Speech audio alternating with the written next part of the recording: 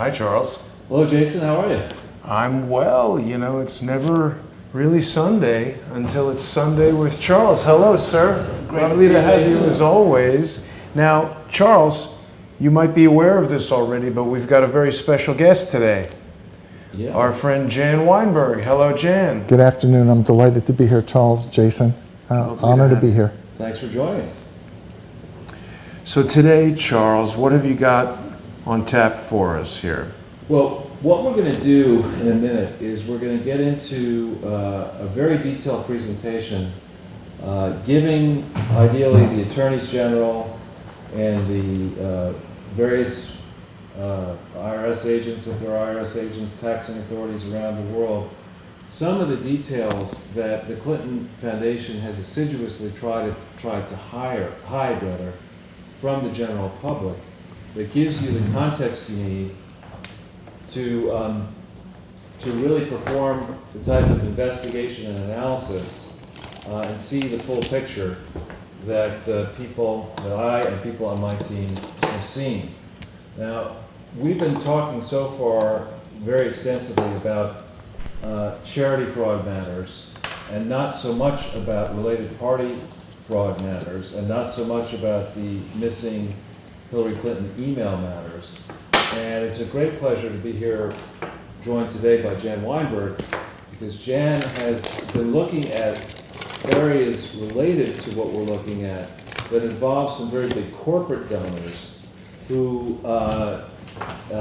names should have figured in emails that Hillary Clinton and her team supposedly gave to the U.S. government, or we the people, in relation to her time as Secretary of State. And so once we get done with this presentation, which may take us a little while because there are a lot of details, Jan is going to then jump in and give us a preview of his exciting new show, which I think debuts tomorrow. That's right. That will be great. Okay, so sorry for all that behind-the-scenes wrangling there, Charles, but of course, today we're going to be talking about Liar, Liar, Pants on Fire. Or even Pantsuit on Fire. Sorry, Pantsuit, yes. And again, once again, the art department has done fantastic work here putting this together. I'm struck. I am not colorblind, but I'm nearly colorblind in terms of I'm spatially, visually challenged. And so when you look at this, I love the way the fire is burning up around Hillary. I love the way that Bill has, of course, got his arms on both the ladies. And I love the fact that Chelsea's dress looks as if you think about it, to my twisted mind, it looks as if it's on fire too. But, So where should we begin, Charles? I think we should begin with some of the late-breaking stuff. There's been such a news flow, and then we can cut into the actual presentation. But the stuff that just came out, for example, this thing. This International Consortium of Investigative Journalists is a fantastic group. It's a large number of people spread across many, many newspapers, magazines, and operations around the world. And evidently, they have been working for weeks, maybe months, putting together this analysis and interactive search possibilities, having to do with, I think it's the island of Bermuda-based law firm. It's being called the Paradise Papers, as opposed to the Panama Papers. And these people have been analyzing these papers for a long period of time. I just heard about this at 1 p.m. It's now slightly after 3 p.m. Here in New York. I only heard about this 2 hours ago. Just look at this page. It's quite clear that tremendous number of hours have gone into this. The headline they're focusing on right now is apparently that Wilbur Ross, who is worth many billions of dollars, it features in these papers. I can say, as somebody who's done a lot of international work, investing and advisory work around the world, it's not surprising that a man who has however many billions he has may have arranged his international investments using these offshore havens. What I think does bear inquiry is whether Wilbur Ross told the Senate that he was going to divest himself of these investments and failed to do so. That's relevant. If that's the case and he didn't do that, hats off to these investigative journalists. But I think we need to wait a little bit and just see what's in these papers, see what happened. Do you think this is a problem for Trump?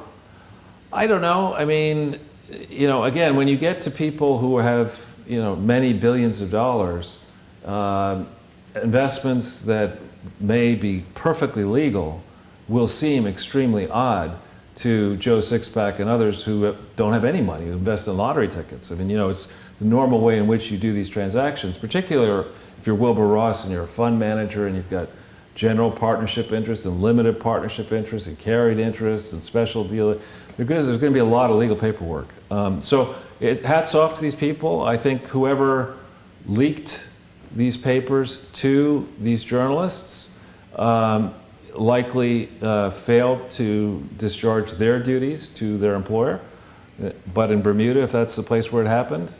Now on this one, this is very important. Room of Secrets reveals Glencore's mystery. Now Glencore is the successor company to Mark Rich's operations became Glencore. So there's going to be a lot of meat in here. We'll go through this in the coming week while certain people are doing real investigative work in a state that we can't mention, namely you. We will go through some of this stuff next week and see whether any of it ties us back to the Clintons.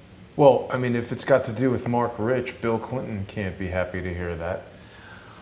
I would guess not, and we'll wait and see. I will be able to tell you. I'll give you a report by email during the week, and then we'll decide if any of this fits into the next presentation. Which, by the way, I've already got the name of. Do we want to reveal that, or is that a? I think not. But I've already got it. Oh, I could be coaxed into doing it if you point a weapon at me. Hey, this is a weapon-free zone. This is a safe space, Charles. We'll wait then.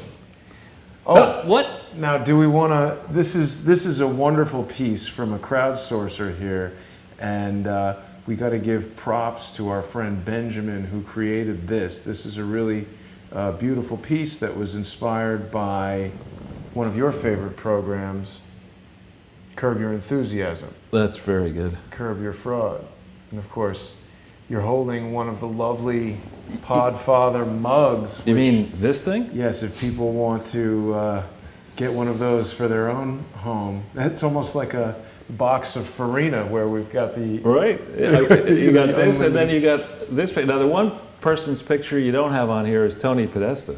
Now, what would he be?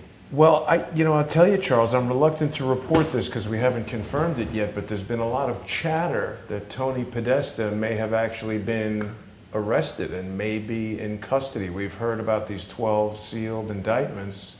It's possible one of them may be Tony Podesta. Now, was he arrested in Saudi Arabia or arrested in America? Arrested in Washington, D.C., according to what I've heard, but again, it's been unconfirmed. Both Thomas Paine and Mr. Hudson checked and said that their sources cannot confirm that, and I trust the two of them quite a bit. So if they had said yes, I would have given that an A+. Without their approval, it's speculation and rumor at this point, but boy, that would be delicious, wouldn't it? It sure would be. Great. Okay, so first up, we want to go to... That's fine, we can stay there. You want to do that one? Okay. Yeah, so I would hasten to add that the last really 48 hours has seen just an avalanche, even 72 hours, an avalanche of news, even today. Mm-hmm. I can report I will be on with the great Utrice Lead tomorrow at 1 p.m. Mm-hmm. And we talked this morning, it's Progressive Radio Network, we talked about what might the program be, and we just joked and said, let's decide tomorrow morning. I mean, there's so much information coming.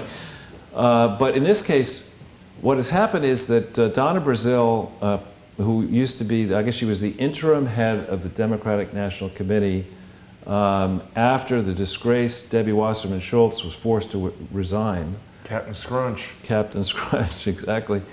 Donna Brazile has a long history, and I wouldn't say her hands are entirely clean in this whole campaign. After all, I believe she's the one who allegedly leaked or gave debate questions to the Clinton campaign before one of the Democratic debates. But she's come out with this book. News of that was surfaced late last week. And there have been various, first it was a Politico excerpt, and then it was a Washington Post excerpt. And now this is a reaction by the Clinton staff to some things that she's been saying. And the thing that I found hysterical about it is, it says here, a letter signed by more than 100 campaign staffers. They're basically dissing Donna Brazil. Do you know what I call that letter? Prime suspect list.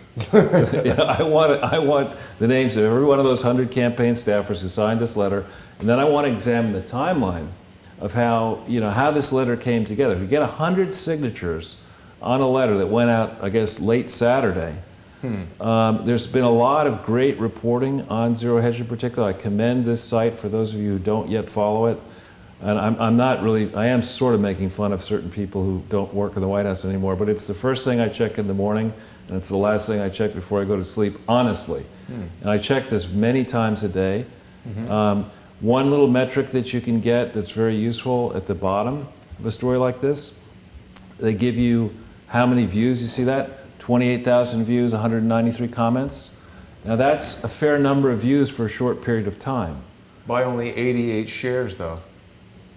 Well, because it's just come out. It came out at 11:20 a.m. and it's on a Sunday, and we'll get more than that. But this is, the pace of the news flow is just amazing. It is. So now, just one more thing about Donna Brazil before we go off of that. Because there's something else that we're about to talk about with Donna Brazil relative to Seth Rich. Right. And I don't know if you saw, this was months ago at this point, but people can go back into the Crowdsource the Truth YouTube archives and see the interview with Rod Wheeler. Right. And he said that someone very high in the DNC had basically shut down the investigation into the Seth Rich murder. Right. And I believe that was Donna Brazil. Could well be. I mean, if we go to the next one that you refer to, we can just keep it in this order if it's okay. Okay. So this came out almost 2 hours after the one we just showed you.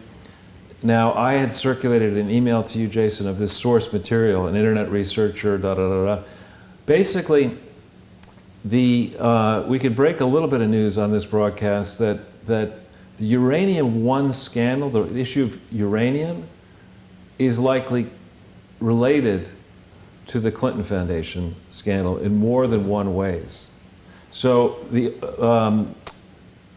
situation with regard to uranium, I'm told by reliable sources, is that while uranium is in plentiful supply now, back in the 2007-8-9 period, it wasn't. And there was a change of mindset, as there often can be when it comes to minerals and energy and things like that. If you remember, right before the election, you may or may not remember this, that oil was at $140 a barrel, right? Because under a theory that China was now going to go into a different level, the demand was going to be massive, prices for these things were going really high, and there was a concern globally that in order for China to prove out its growth, there may not be enough energy sources to basically fuel the industrial activity and then the increased consumption levels that would come out of places like China and India. So there was a mad scramble for uranium assets. China's using a lot of nuclear power plants, I guess. And they were building nuclear. Well, China just needed a lot of power. I mean, I can go back. I remember going back to, I want to say, 1996, 7 time frame. And I have a very dear friend who runs one of the best energy and forestry and other consulting firms out of Helsinki in Finland. And he told me, he's a long-standing friend, and he told me that their top people couldn't, when thinking about the economic growth forecasts, you think about all the pundits put them together and the professors put them together, and then you ask yourself, okay, if gross domestic product is going to grow that much, how much energy will be consumed? And then when they would go back and try to cross-check it, there didn't seem to be enough energy. And so one way to mitigate against that, beyond wind and solar and stuff like that, which is still so small, was in nuclear. Right. And so, which requires uranium. So this is a recent document dump. I don't know how recent exactly, on our famous FBI vault. Right. And this is something, again, in the coming week that we're going to go through in considerable depth. Well, one of the things I'm going to be exploring in Las Vegas, I don't know if you got a chance to look at the Quinn Michaels interview that I did earlier this week, but Briefly, Quinn is an expert in artificial intelligence, and he was saying that uranium plays a strategic role in the powering of quantum computers that are, they've got these super colliders that require this 93rd element, which is made from uranium, and that the uranium coming from the United States is so highly refined that it's not like all uranium is equal. So this uranium one deal, there seems to be so much to it and so many different connections to other things. Like yesterday, when I was walking around that wonderful demonstration powered by the smartest, the New York Brain Trust, some people were confused about what the exact role of uranium-1 was and how critically important the way it was handled by the Clintons. Well, I mean, the one thing we've learned from the Clintons, watching them for a long time, and their associates, is that when they say something isn't important, it is important. Right. I mean, so the whole uranium-1 thing, I'm quite certain that the substance is important, the timeline is important, and the wound that has been struck here by this confidential informant, going back before 2010, into 2009, into 2008, and earlier, is a wound that will hurt them on uranium-1, but as we'll show you in a bit, it's going to hurt them even more when it comes to the Clinton Foundation, because we're going to show to you today that the Clinton Foundation rests, well, the Clinton Foundation doesn't rest on a foundation. Yeah. That's its basic problem. Okay, so that's what you just... is that not the same? Oh, this is a different one. Yeah. This is, all right, so when did this one come out? Yesterday. Yep. All right, so we have this situation where the FBI, and of course the FBI is a massive organization, may or may not have been investigating Hillary Clinton and the people around the Clintons and the Clinton Foundation over the secret server for a variety of reasons. Hillary, if you recall, and I'm sure Fox and others will put this up in the coming week, Hillary's reaction to the news of the investigation was that it was a security review. This arose out of a bureaucratic thing where all former secretaries of state, And I think the truth is going to be, no. This was an FBI investigation that began right around the time you said the security review was ongoing. And the news for all of you who have been duped, I'm talking about you, Jake Tapper, Maggie Haberman, all of you people in the New York Times, CNN, who fell for that baloney well before National Baloney Day, which That's I what think I was going to say. What was the day? Well, I think it was Wednesday when we did the special Wednesday edition. We forgot to tell everybody it was National Baloney Day. And then Hillary Clinton on that day said the uranium-1 story was baloney. You got to love it. Now that people will say that's a conspiracy theory. But in this case, the timeline, we need to get, timelines are really excellent things to do. You take the timeline, you put them on one standard time zone, and you put all these strands together and you say, now wait a minute, we have, as we talked last week, there are 5 strands of the fraud. It's not simply the Clinton Foundation, it's also Rajat Gupta, it's also, there's lots of different strands of this fraud, Ron Boxey, related party transactions, the secret server, uranium-1. I mean, there's lots of fraud going on all the time. Yeah. And that's what these people like to hide behind. They like to create, they assume that the average individual's attention span is so low that, if you want to just hide an elephant in plain sight, you just throw, a gigantic fraud, and then Well, you just fill the room with elephants. exactly, it's just And fraud then you everywhere. can't You tell one say, from the other. hey, fraud, what's the difference between fraud and truth? Nothing. So this one has 2.3 thousand shares. So you begin to see, get a sense, 2.3 thousand shares, that's a lot of shares. How many, out of curiosity, how many views does this one have? Keep Scrib D, Scribed. 54,000. 54,000. Okay. Scribed, okay. Again, this is day-old bread. I mean, this is just a day old, and it's already getting a lot of attention on a weekend. And what you're going to see here is people pulling this stuff apart, cross-checking it. New angles are going to come out of it. John Solomon and Sarah Carter, who've been very quiet in the last several days, haven't had anything recent to say, so I would look for them to come up with something soon. They're probably very busy. Yeah, waiting to drop something. Absolutely. Circa News, good source. Okay, so this is what I was talking about. Donna Brazil feared for her life. Yeah, I think we have to get back into the timeline on this whole thing. We have to recreate what Hillary was doing, what the Clinton Foundation was doing while Hillary was Secretary of State, before she became Secretary of State, and then there are rules in campaign fundraising. I'm not an expert on it, but there are rules that say that before you have an organized campaign, you can behave in a certain way. But the second you make an affirmative decision to test the waters, new rules kick in. Then once you announce, other rules kick in.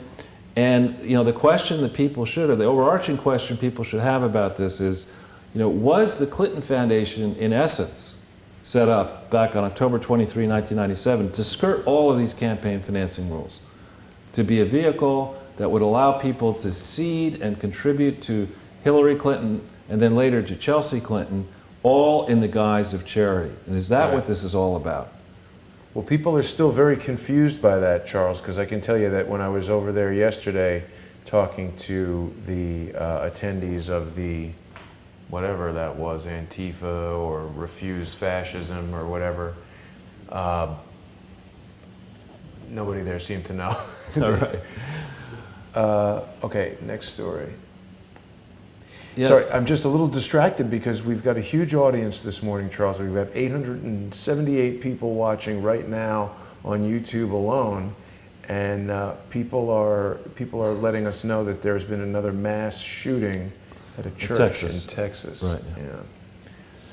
So this is a very significant thing that came out several days ago in the Times, finally. And we've alluded to it in the past, but basically it's significant for several reasons. It links Weinstein and his sordidness to an AIDS charity. And does that sound familiar? That we have the Clintons and an AIDS charity. So there's a nexus here where celebrities are used, often in league with people like Weinstein, to create these benefits that in theory benefit causes that needed to be benefited, like fighting HIV/AIDS, but that in practice can be ways for people who want to route money to politicians to give it to a charity and have that be the ruse, the theoretical reason why you're giving the money, but then the crooked charity that is loose with its books arrange for some money to be diverted to politicians. In this case, it's not for political partisan reasons that apparently this has been done. They're looking very carefully at the ways in which Weinstein and his company's films may have been financed. Right? It's one thing to finance a film with after-tax money, right? It's yet another thing to finance a film availing yourself of structures that involve charities so that you contribute money to the charity and you gain a benefit actually for yourself. You're not allowed to do this kind of stuff. How are they financing films through charities? So what they would do, so I actually know this from a legitimate way, that the typical path for plays and then sometimes movies can be that you don't start it out on Broadway. Broadway is very, very expensive. You go to one of these not-for-profit charity groups, of which there are many good ones scattered around the country. And you tell somebody, listen, Jason, you're going to have a slug of my movie, and the way you're going to do it, I've got this special tax advantage plan. You're going to donate $100,000 to the New Jersey rep, or just make up names, right? You make a contribution to that rep.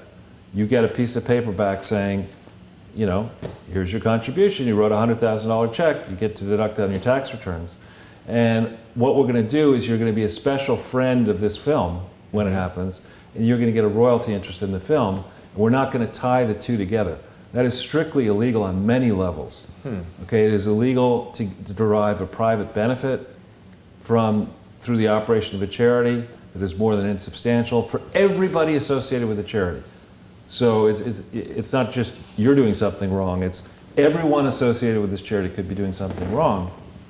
And then beyond that, where you get into trouble is, depending on how much money is raised, and the way in which it's raised to how many people is it offered, you could be falling afoul of fundraising laws in the various states, where each state has different rules about what you must disclose when you raise money and seek money. So apparently the big news in this New York Times piece, which, I don't know, maybe they just like to cover stuff like this because they want to have Harvey Weinstein's picture on the cover or, in these magazines or whatever.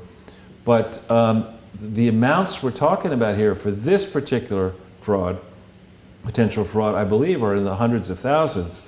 And yet, this matter has apparently already triggered the interest of serious investigators, maybe Schneiderman, maybe Cy Vance, the district attorney. Why do you think that is?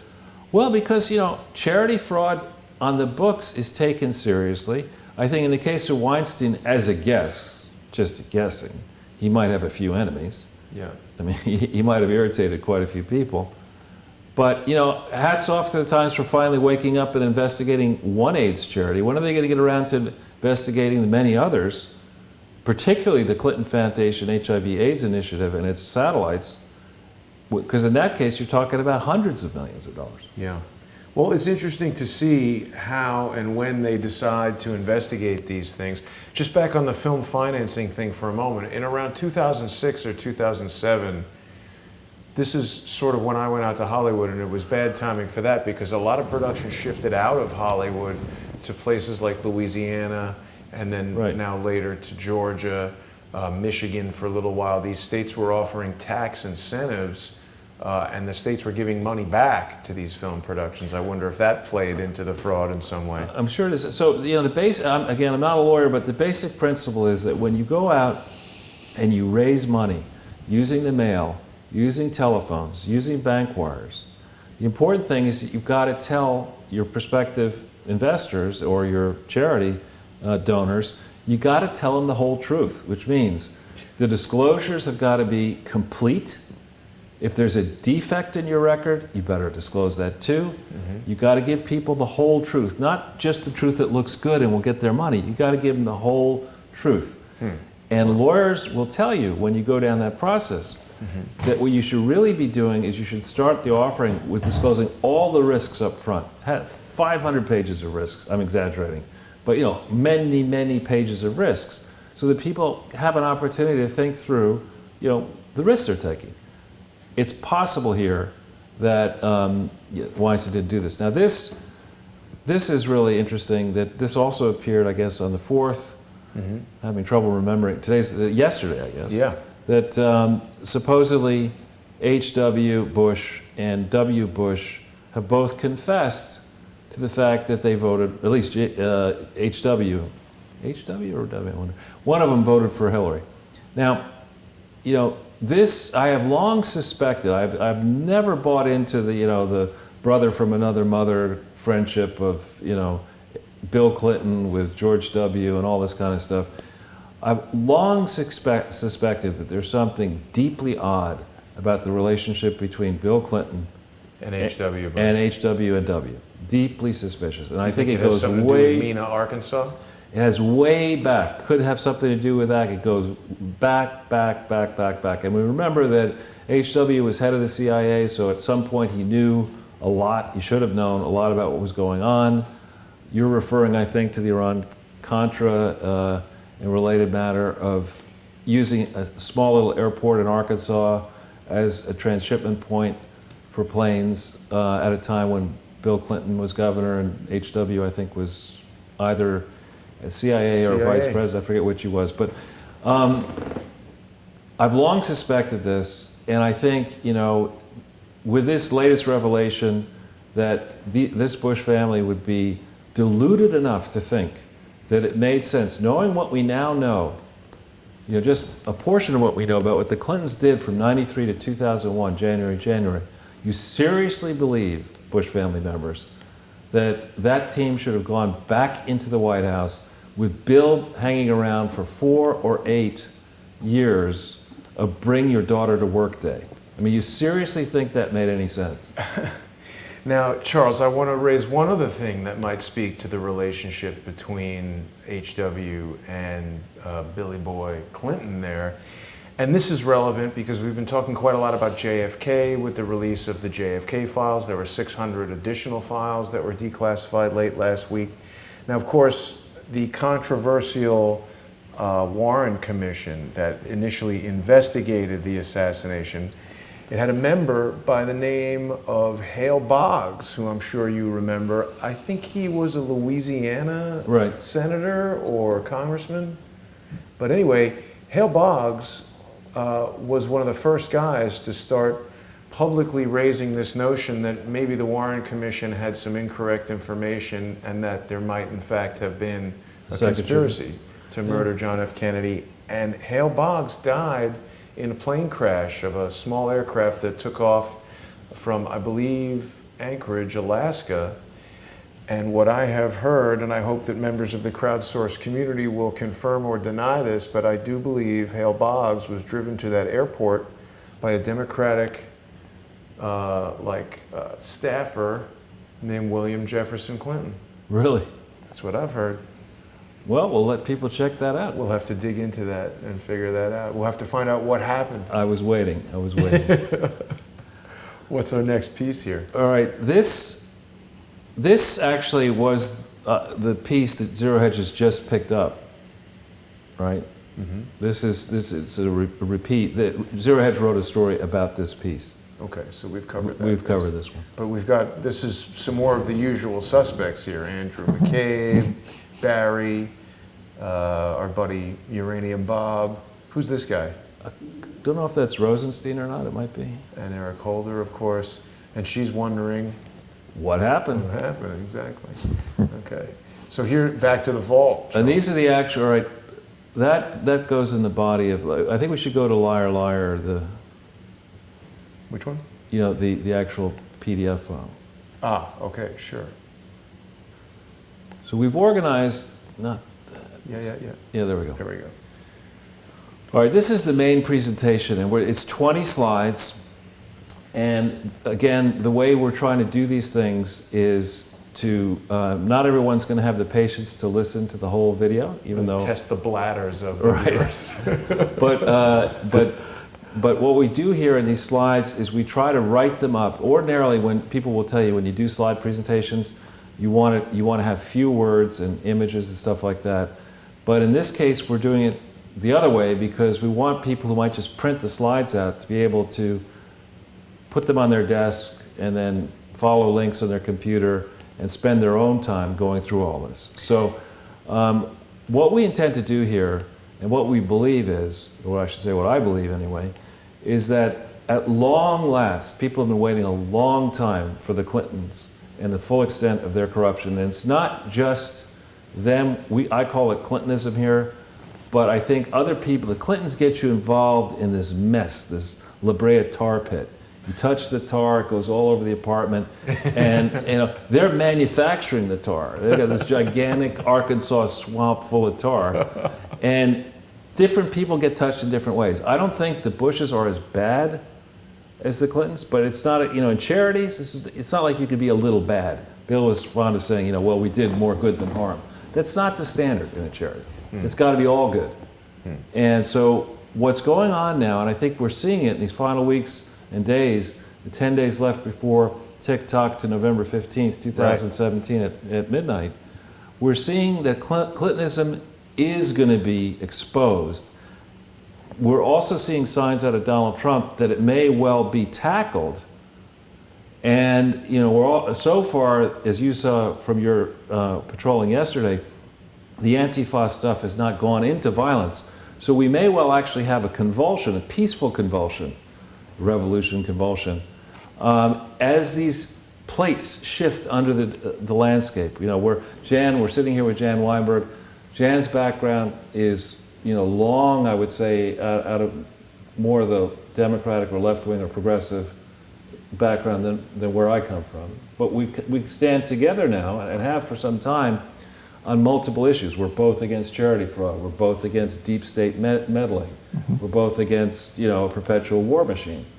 And, I think you're seeing a shift here that is dynamic and important and historic, and it's going to play out before everybody's eyes, not over the course of decades, but possibly very rapidly. through this forthcoming election next week, which may upend Democratic hopes actually in Virginia and New Jersey, and then of course through 2018 and beyond. Mm-hmm. So if we move into the next slide, 2, Sorry. it's okay. There we go. Now, we don't need to read out this disclaimer again as we did last Sunday, but I just want people to understand that every page of this slide presentation is modified by this disclaimer. And please keep this in mind. This is a guide to you. I may have a little bit more experience than some in looking through financial materials and legal documents and things like this that are very complicated. But the goal here is not for me to say, this is the answer. The goal is for me to get people who are even better at doing this to engage their minds, wrap them around the facts here, get to the bottom of what actually happened with the Clinton Foundation from October 23rd, 1997 forward. And this presentation is detailed, but believe it or not, the way I look at it, it's kind of general. And if you want additional details on my site, there are quite a few memos.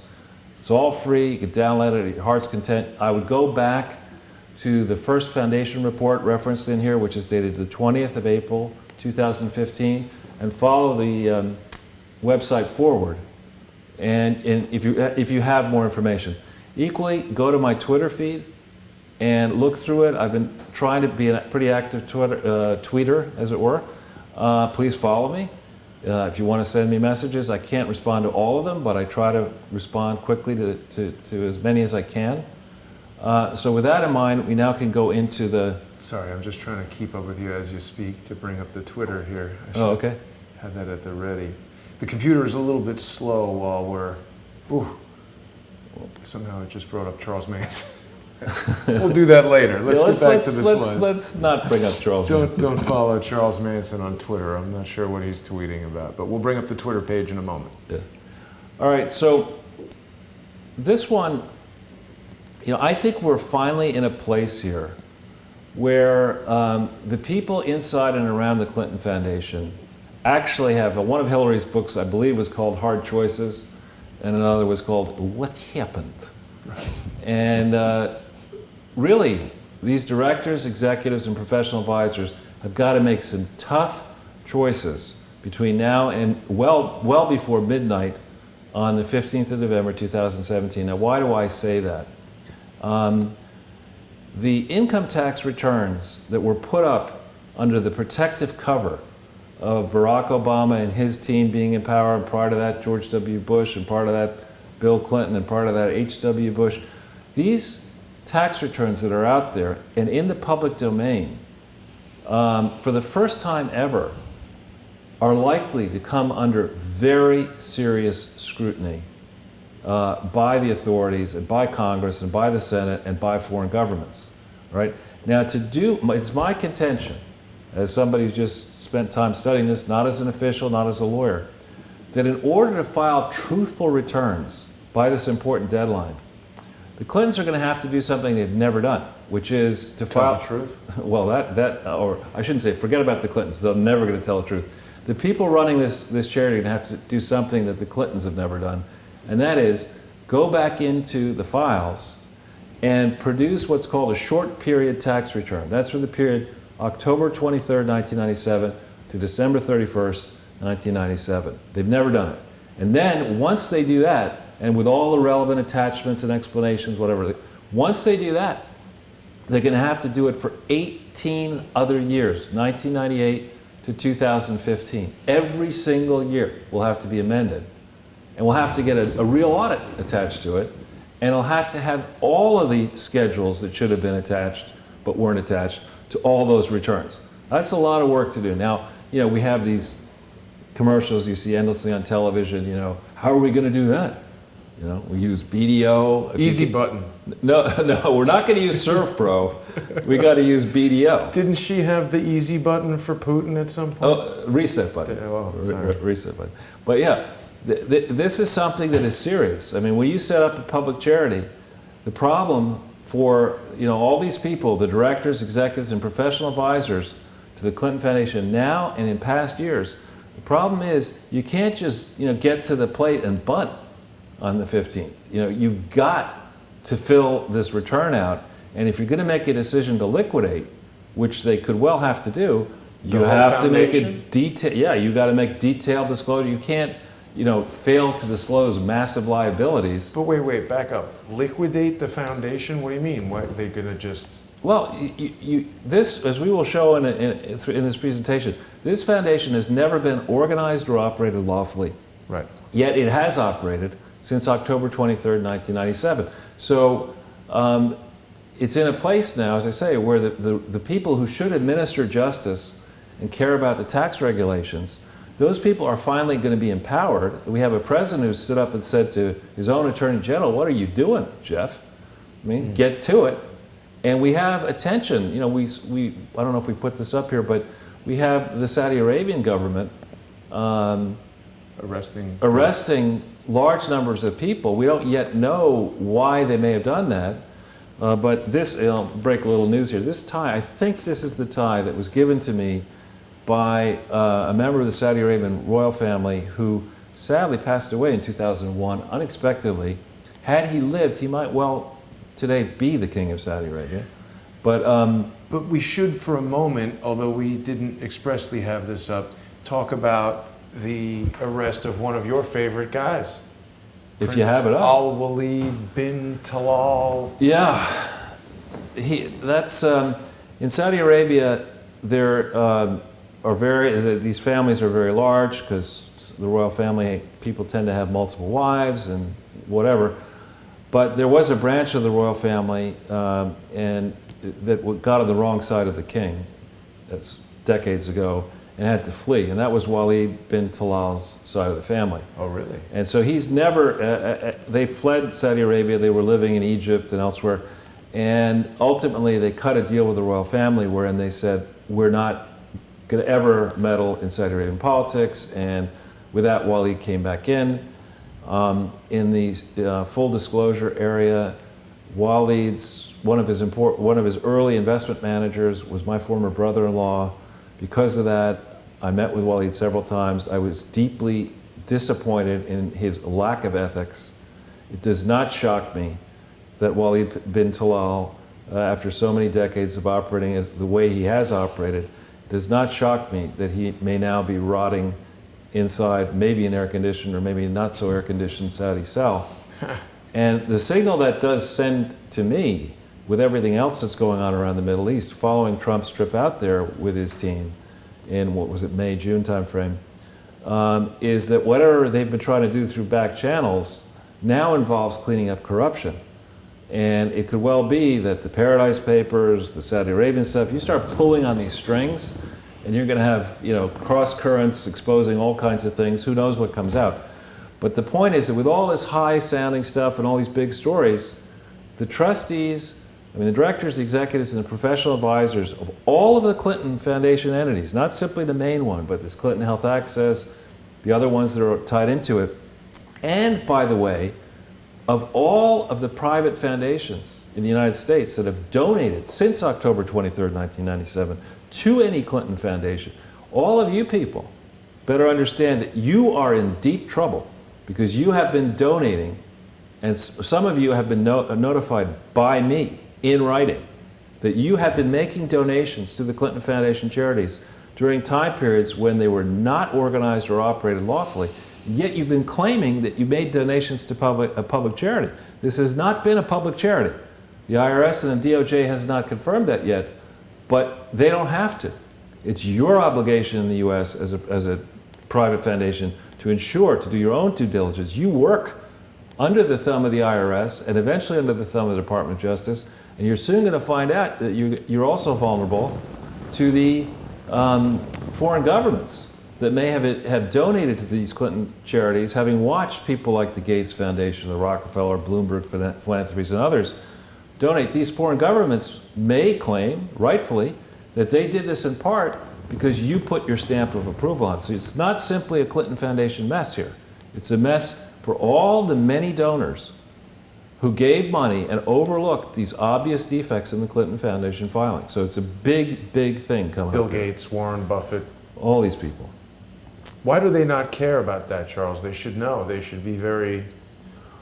Well, I think, if you're as big as, when Gates and Buffett were talking, what, the second and third richest person? I think Bezos is now the richest. But I saw that. yeah, I mean, you're talking about some people with a lot of coin, and, even at, call this $2 billion for the entire life of the Clinton Foundation, that's not really big money to them. And these are dynastic political families. The Clintons are involved, the Bushes are involved, the foreign players who are involved are also dynastic political families for relatively modest investments, 100 million, 150 million. You get to take a tax write-off, and then you hobnob, and now you've got sort of, because you've caught the Clinton Foundation and you've caught the Bushes because they're involved with this, then when time comes for a government influenced by Clintons or Bushes to come after you for an indiscretion or for outright illegality, you can call up, whoever it might be, Bruce Lindsay or somebody, and say, listen, you can keep coming, but we might have some files that are not going to reflect too well on you. And Right. there's an alternative approach, the so-called Irish compromise. What's You that? did something wrong, I did something wrong, we both did something wrong, let's drink a pint of Guinness and forget about it. It's just like, or two or three. So if we go to the next slide.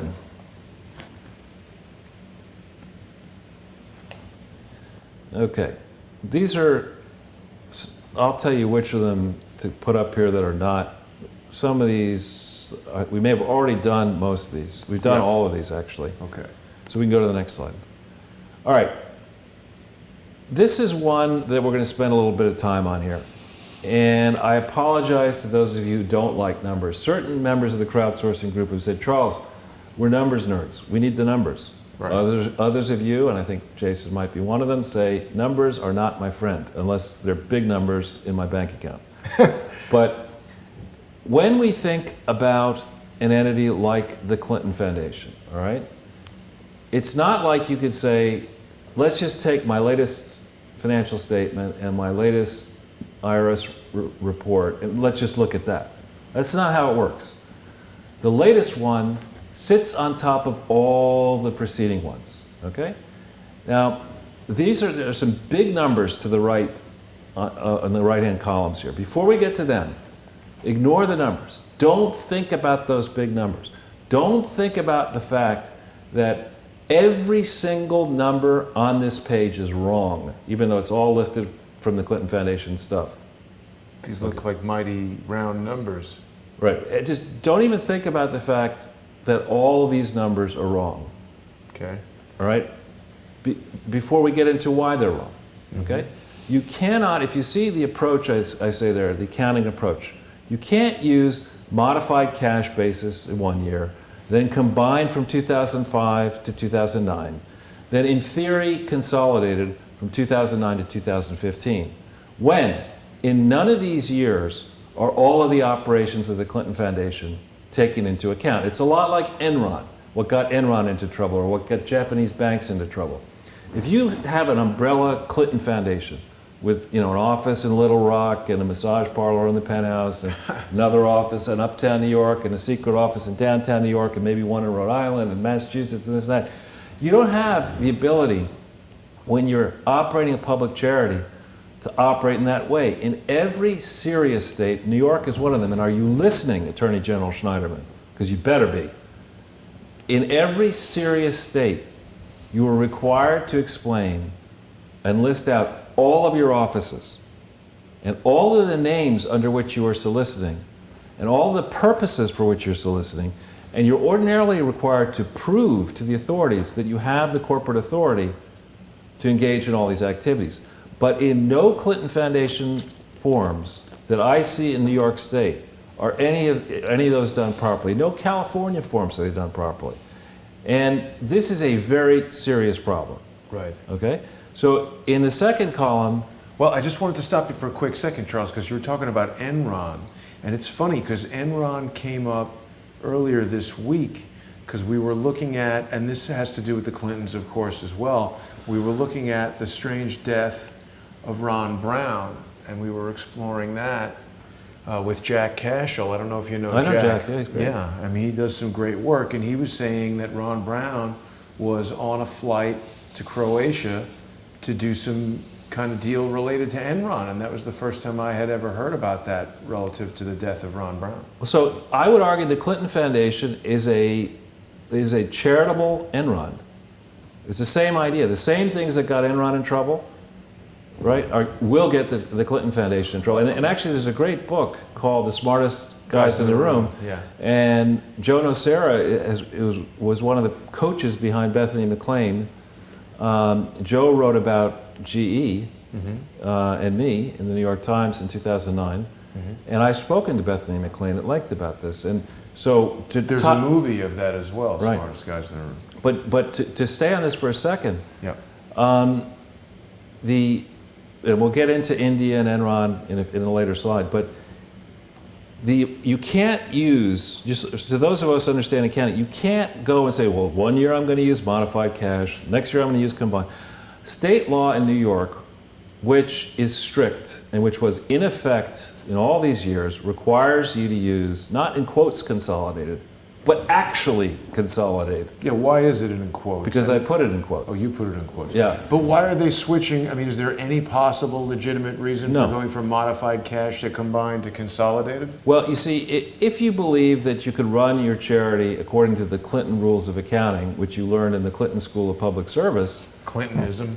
in Clintonism, you could do what you want. I mean, you could call it an apple a banana. So I think that was what they were talking about on Well, it CNN. depends on what your definition of is. Exactly. I mean, but in New York State, you know, that nobody told the Clintons before they moved to Chappaqua that in New York State, just because you happen to have ties to the Democratic Party and just because it's an important electoral college state does not mean that New York State laws fail to apply to you. And New York State laws, Mr. Schneiderman, you better be listening now because I'm going to be making a big issue of it this week and others as well.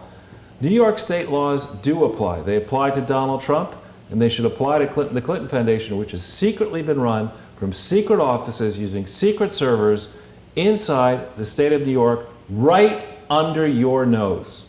And so we look here, you can't use all these different methods, and that's why I say here, none of them are compliant, which means if you don't have a compliant audit for any year, every single one of your tax forms to the federal level is wrong.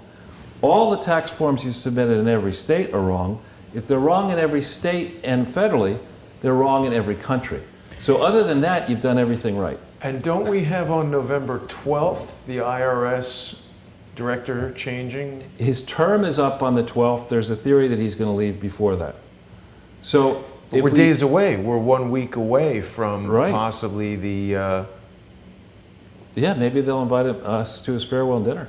But if we could push this so we see the three columns on the right, and here, I just want people to see that the biggest, the number at the top there, 406, 167, 623, that's the net worth, in theory, of the Clinton Foundation at the end of 2015. 406 million. Right, and so ordinarily, in simple terms, when investigators start looking at a problem, they ask themselves, is it a material problem? Is it a significant problem? And materiality is never defined. They don't say materiality is 3% or 5% or 10%. But if that was $6, they probably wouldn't look at it. Well, this is the base for materiality. This is 100% of the issue. There's the base. So you say, okay, I've got a $400 million thing to think about. And I have $102 million worth of real estate. Roughly a quarter of the total. A quarter is material. On its own, it's material. Okay? Then I've got an endowment, which is almost, call that 45% of the total. So together, call it 70% roughly of the areas that are flagged here, real estate and endowment, are a problem. Minimum 70%, and as you go further down the page, it changes. But then stop on, you see where it goes from no endowment in 2004, and then the endowment goes 100, 150, 200,000, 250, 250, blah, blah, blah. It's How not, does it go to 59 million right there? Right, okay, we turn to that. That's 2013, okay? 2013. What happened in 2013? That's what I'm asking. What do you think happened, Jan? I have no idea what they did. Well, I'll tell you what happened. By 2013, in 2011, Dennis Cheng, who had been an important fundraiser at a young age for Hillary Clinton on her Senate re-election campaign. We remember that guy. He went to the London School of Finance and London School of Economics, which he still likes a lot, Yeah. and also Swarthmore, I think. And it's the only two things That's what he likes. And so anyway, he was in as Deputy Chief of Protocol, and then in July of 2011, he leaves to go back, I think it is, and work at the Clinton Foundation as the Deputy Development Officer, who is unsuccessful in raising much money. I think it's either 11 or 13 that he switches. Might have been, I think it was 11.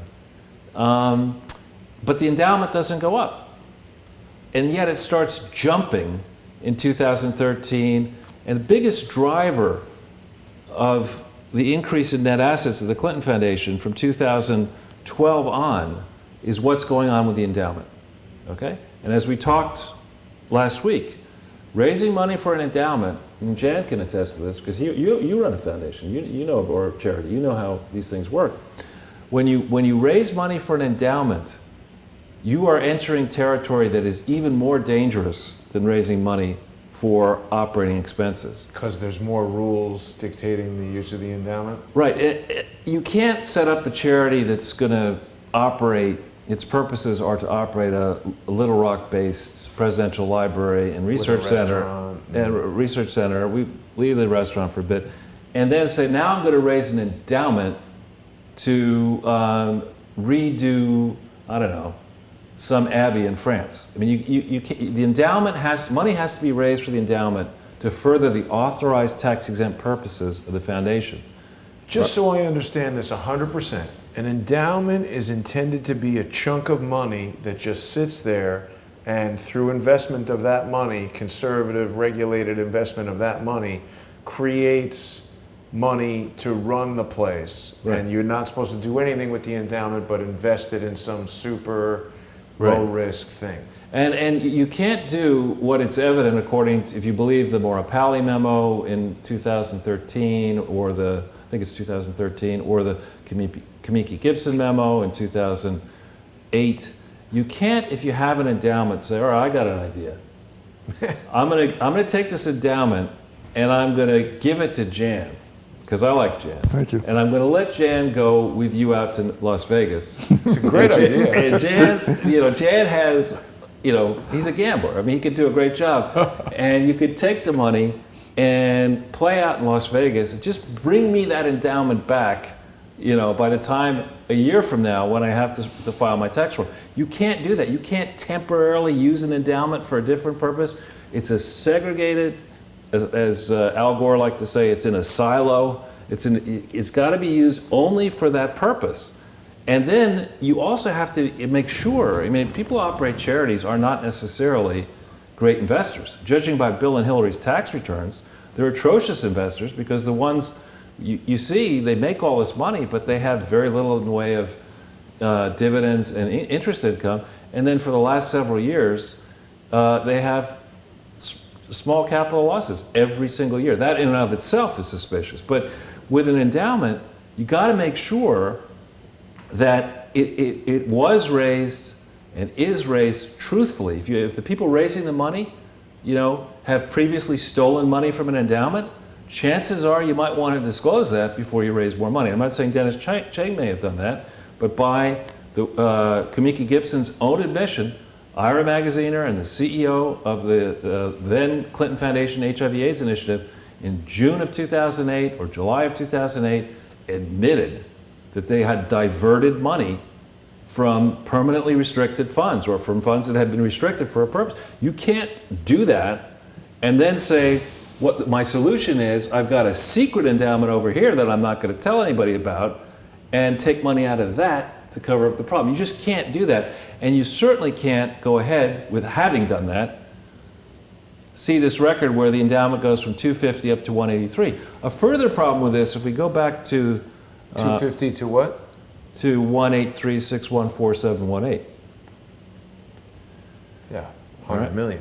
So I say after these, all of these declarations were submitted on IRS tax forms under penalties of perjury, and all of these declarations are perjurious. They're all false and materially misleading. And during this entire time frame, the Clinton Foundation and its agents have been involved soliciting actively using the internet, using the mails, using telephones, using multiple agents in multiple states and multiple countries.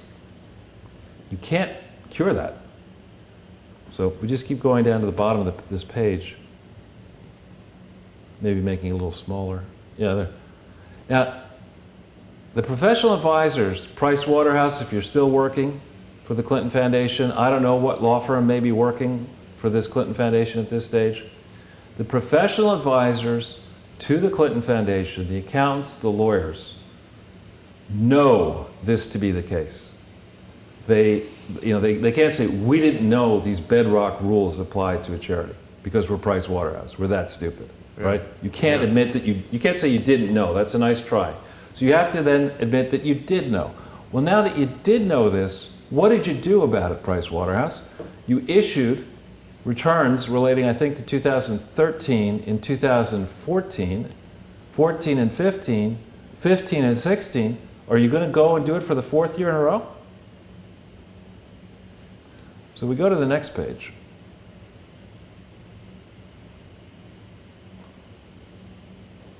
Is that it? Yeah, that's it. Keep this in small, yeah. All right, so here we have the record from 1997 to 2004. And my contention has always been that if, the first year is wrong, the second year can't be right. This period encompasses the entire period where the Little Rock Presidential Center and Research Operation was constructed. It encompasses a period where supposedly an endowment was raised. Okay, in the right-hand column, Jason, how much money was raised for the endowment? Looks like none. So if you had no money in the endowment, if you had no money in the endowment at the end of December 31st, 2003, how did you send $7.2 million to the National Archives Well, by November 18th, 2004? I think Bill Clinton is pretty well endowed.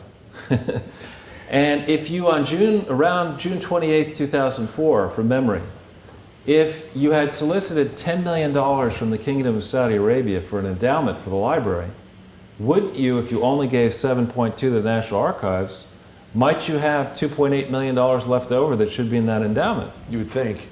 And if along the way you'd solicited money from other people for the endowment, how come those figures don't show up? And how come none of these reports are on the Clinton Foundation website?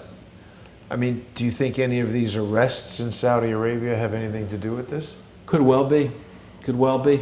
Could well be beginning of a stampede between this Paradise paper and the Saudi stuff, and who knows what's going to happen. You mentioned with Tony Podesta and others. All of a sudden, like anything else, when you have, when termites are eating out the foundation of a building, it can look strong until that building just disappears into dust. Charles, our comments here on YouTube are reporting that our friend George Webb says that Monday the arrests will be Michael Flynn and Michael Flynn Jr. Yeah, that's been reported on NBC as well. Wow. Yeah. So just staying on this for a second, when we look here, what's material? One thing that's material is that whatever was going on by way of the accounting in this early period, the value of the real estate was a very big number. In fact, in 2004, the value of the real estate was greater than the value of the net assets. Why? Because the final moments of construction were arranged by borrowing. Now, you're not allowed in a charity to borrow money, generally speaking, unless you're doing it to further the specific authorized purposes of your charity. And you have to be very careful in, when you seek to borrow money, particularly if you do so across state lines, and if monies are wired across state lines, if you're making representation to bankers across state lines, you have to be really, really careful. We will shortly show you that that was done improperly as well. So if you go down a little bit on this page, maybe making it slightly smaller.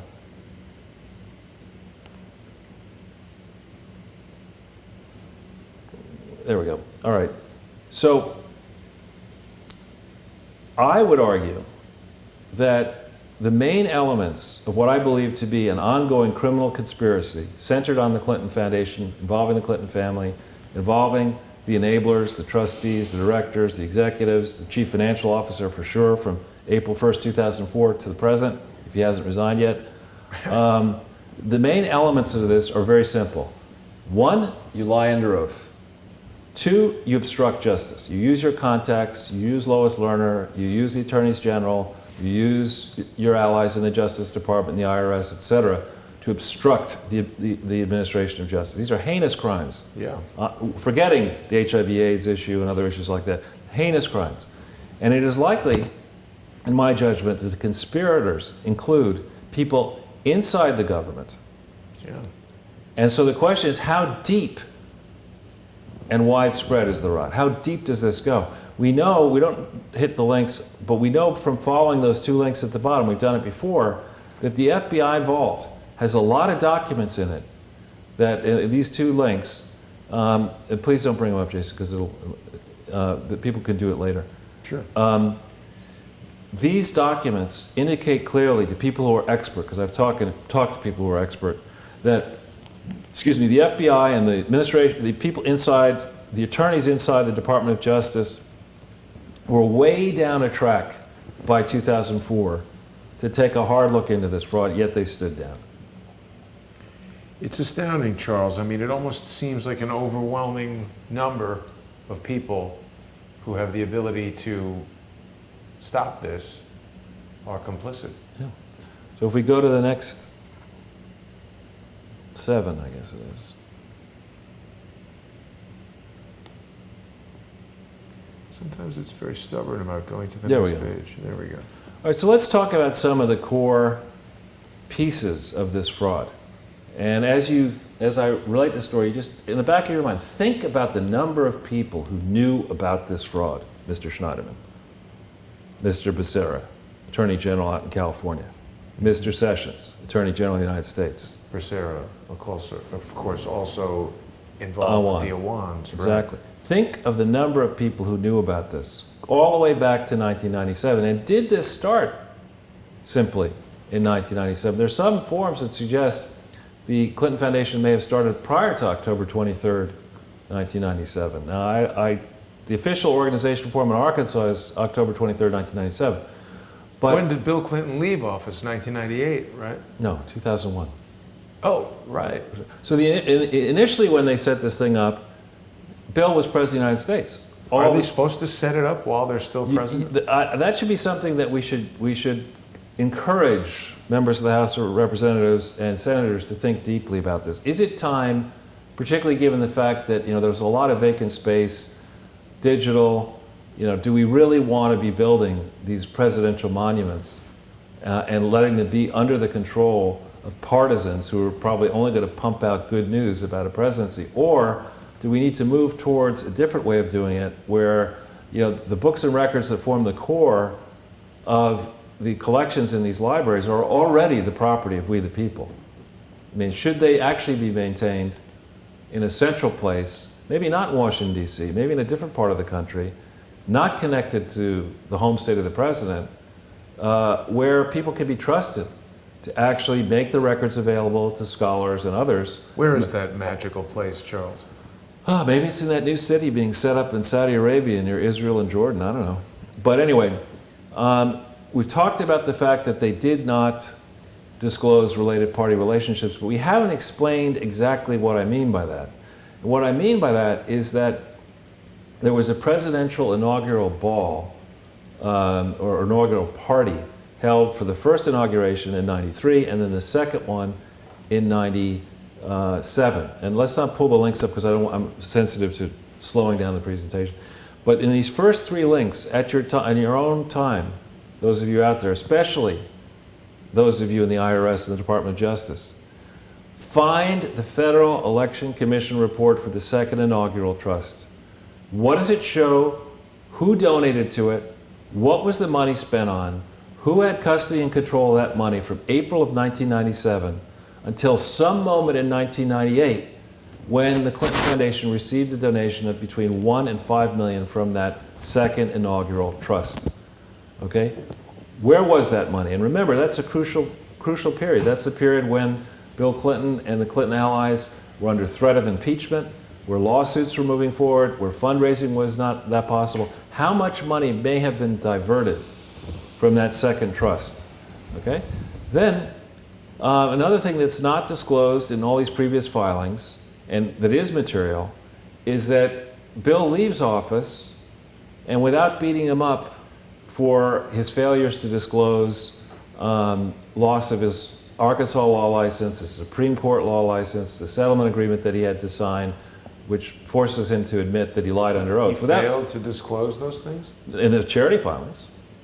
Wasn't it public knowledge? It doesn't matter whether it's public knowledge. You have to draw people's attention in it to the filing. See, the filing, when you stand in the shoes of government and you operate one of these charities, it is your duty to make sure that you tell the whole truth about your organization. And if there's a change during a year, you file your final report, and there's a material change, and certain states require you to update.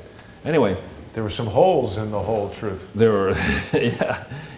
So starting in Mississippi, a fellow named David Greenblatt out with E.W. Scripps, who's an accomplished investigative reporter, again, you don't have to pull this link up now, wrote a piece that took him a long time to get it done, but it came out in November of 2016, and this long piece has all the links, all the different settlement agreements that were entered into in Mississippi, and then showcases some of the false filings in other states that didn't fess up to all of these problems. And this is a problem, so by 2001 and afterwards, the Clinton Foundation is filing state forms all over the place, in 30 states, 40 states, Washington, D.C., certain small locations, and failing to explain to people that it had solicited funds in Mississippi 3 times, 3 separate occasions, without registering, that it pays one fine, and then it breaks the rules again, and then it pays another fine, it breaks the rules again, and it hasn't explained this, right? And then in 2002, its significant fundraiser, a firm called then O'Brien, McConnell, and Pearson, OMP, which is an interesting firm because it specializes in raising money not simply for political campaigns, but also principally for left-leaning charities. That fundraiser, which was raising money for the Clinton Foundation, I suspect, in Pennsylvania had a problem that is not disclosed, nor in every state is the fact that the Clinton Foundation used OMP for multiple years disclosed in state filings for the Clinton Foundation and its affiliates. So other than those few problems, this is just one strand of problems. It's almost unbelievable that it's like if a 5-year-old set up a charity, it couldn't have more misfilings than this. Right. Yeah. Well, so next page? Yeah, next page. All right, so again, Bill is still president, and in June of 1998, the most prominent investment bank in Arkansas, but it is actually a prominent firm, and it backs Republicans and Democrats, friendly with the Bushes, friendly with obviously the Clintons, got together, and Jan is very familiar with municipal fundraising and things, that got together and issued bonds or debt for the city of Little Rock, a significant portion of which was supposed to go for the purposes here. It is anticipated that a portion of the site will be utilized by the William J. Clinton Presidential Foundation for a presidential library, That's right. mind of its own again, an archive for President William Jefferson Clinton. Now that doesn't say in that bond offering, we're raising the money to fight HIV/AIDS. It doesn't say we're raising the money for climate change. It doesn't say we're raising the money for a big gab fest. It doesn't say that we're raising the money to fight childhood obesity. No, it says the money will be raised, the use of the proceeds for this will be, a part of them, to raise a site for a presidential library and archive, okay? Now, in the annual report for the Clinton Foundation, now, the Clinton Foundation, beginning in 2005, paid somebody to produce these glossy brochures that nobody generally reads, that actually, when you get into it, are probably environmentally damaging because they use ink and paper that's, doesn't decompose well.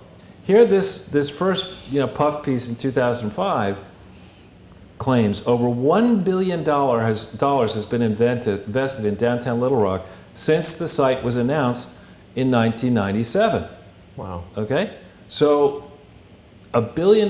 People decided that through the operation of the charity, it would make sense to invest $1 billion in Little Rock. That sounds to me like the charity was operated for more than an insubstantial private benefit. Okay? And the question there would be, these insiders in Little Rock, do we think it's possible that insiders in a town, whether it's Little Rock or New York, having learned that Bill Clinton was thinking about having his presidential park inside Little Rock, do we think there's any possibility, the slightest chance, that those insiders would have snapped up real estate all around this park, say in the way that they might have done around the Texas Rangers ballpark, for wherever the Texas Rangers are based? This kind of stuff goes, or in Chicago for that matter. Well, it takes me back to thinking about Whitewater, how Right. Bill Clinton used his influence as the governor to make an off-ramp on a highway that made a previously worthless piece of land much more appealing to land developers. Right, that's how land development works, which is all, when you do land development and you're doing it for your personal money, right? You're not taking investors in, and you're certainly not doing it as part of a charity. You do it, you should play by the rules, but you can get involved in these conflicts. When you're doing it in a charity, you may not do this. And now, this link at the top, we don't need to hit it. Actually, I'll make an exception. Let's hit the one at the top, the MSRB, if we can. This? Yeah. That should, I hope, get you. This is a very lengthy document, which of course is omitted from the Clinton Foundation 1998 filing for the main foundation. It's loading. It's loading, okay. Can you see that? Oh, okay.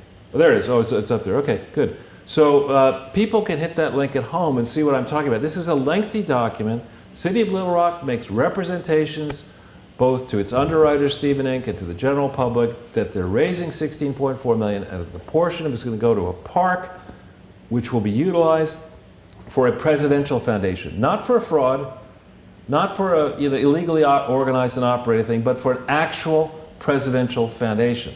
Okay, so you're making continuing representations. The presidential foundation likely has signed undertakings as part of this document. Well, we need to see the dates of those signings, the representations, who signed them, who were the trustees in that period. And of course, all of this is omitted from the Clinton Foundation filings. And we're talking about the fancy building that we looked at in the past that has the roof deck and all of that business, right? And the landscape garden. Right. So if we move on to the ninth It's slide. such an impressive building. I like doing the Google Earth fly around. Oh, so what was the next thing you wanted to say? The next slide, if it's okay. Sure. Okay. Boy, it really doesn't like moving to the next All right. page. All right, so that's the one we just did. Okay, here we go. So we move along. By March 1st, 2002, this city of Little Rock, which had raised the money to buy the land, etc., enters into a lease agreement, which is very lengthy, and I think you got that link, which you can put maybe in the for the show at the end, so we don't clutter it now. Sure. But we have the lease. We'll provide a lengthy document. It's 150 pages. You're getting actually out of this thousands of pages of documents today, but this is a lease agreement. Jan, I think I sent it to you a while Yes. back, and it is quite specific. And we're not going to put 150 pages there, but we selected some language that is material and should have been disclosed in the 2002 filing. In 2002, the Presidential Foundation entered into a 98-year agreement, 99-year agreement with the city of Little Rock that had raised money, right? Wherein we stated that we made a recital upon which the whole lease agreement rests, that our purpose was it to fight HIV/AIDS? Was it for climate change?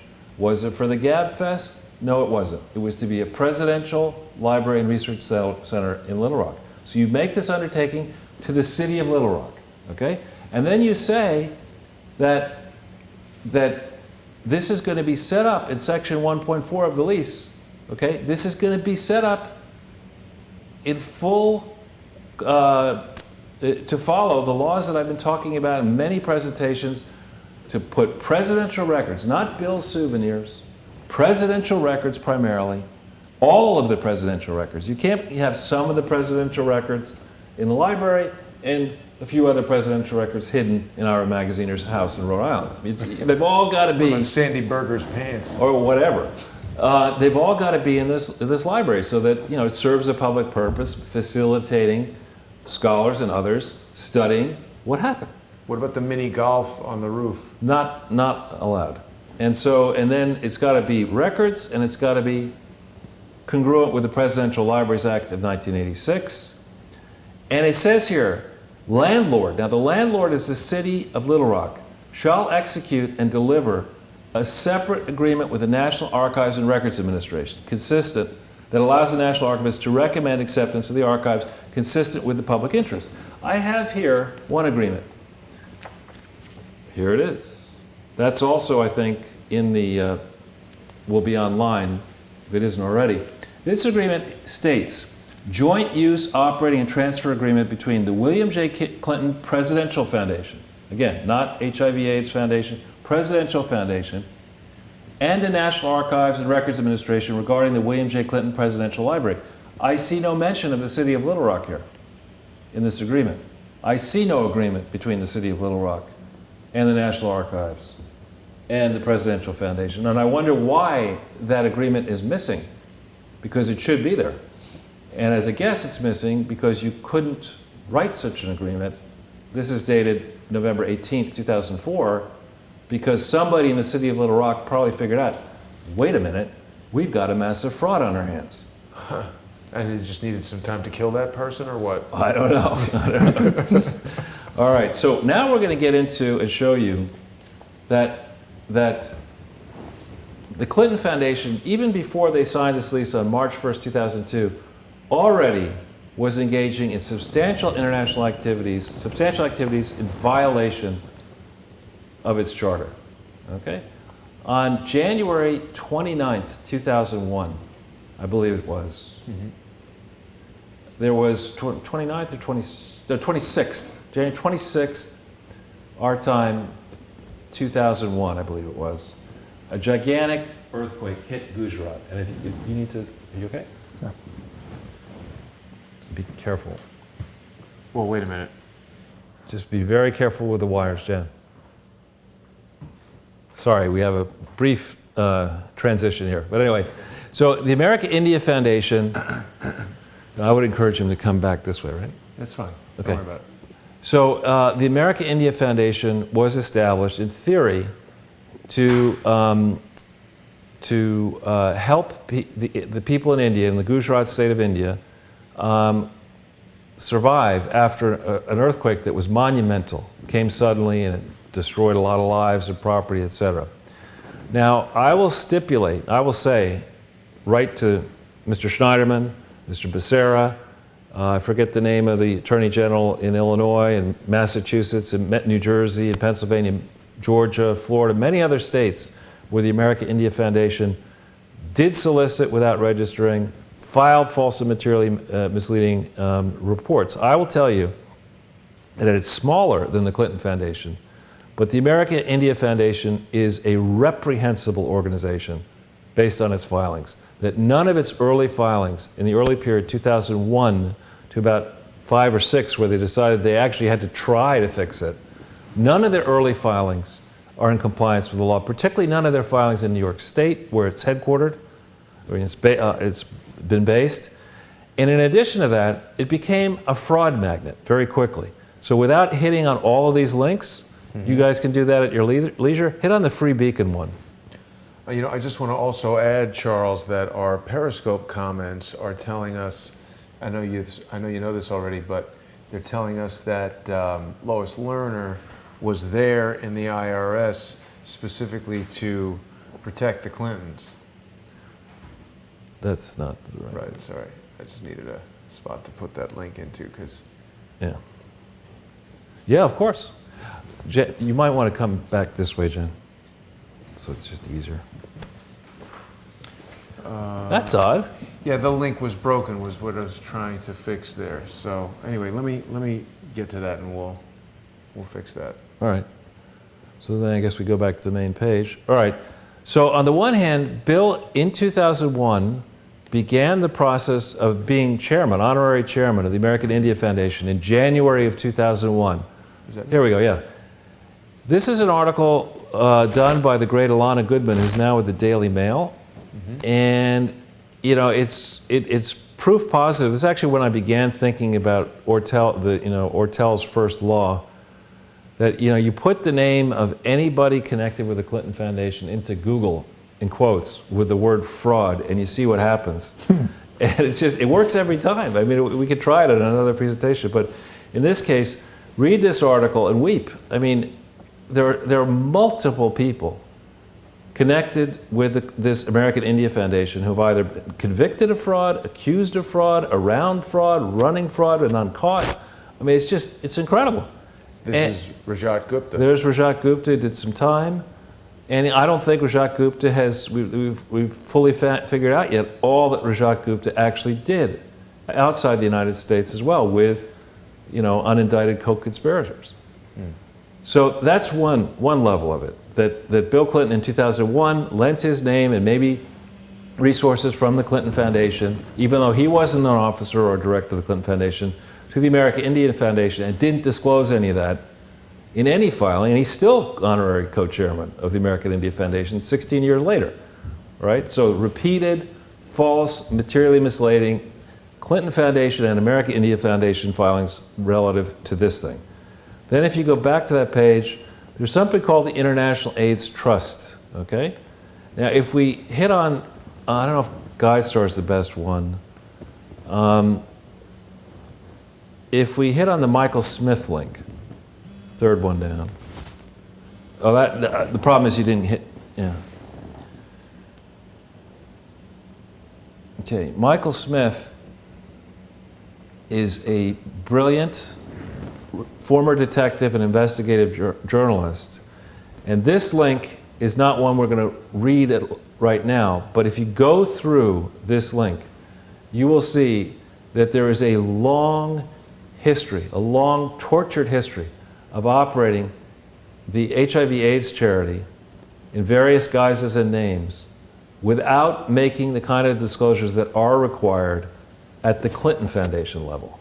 Okay, going all the way back to 2001, 2002 timeframe. International AIDS Trust is, in theory, different than the Clinton Foundation HIV/AIDS initiative, but they sort of seem to have been used interchangeably. It's not clear to me in the filings that the International AIDS Trust was ever actually legally authorized. It's unclear to me what the relationship among the International AIDS Trust with UNAIDS and with the Clinton Foundation is. There's a lot of murky issues having to do with this International AIDS Trust that we will be getting into as a separate exhibit in the long publication that will begin to drop after the 15th of November.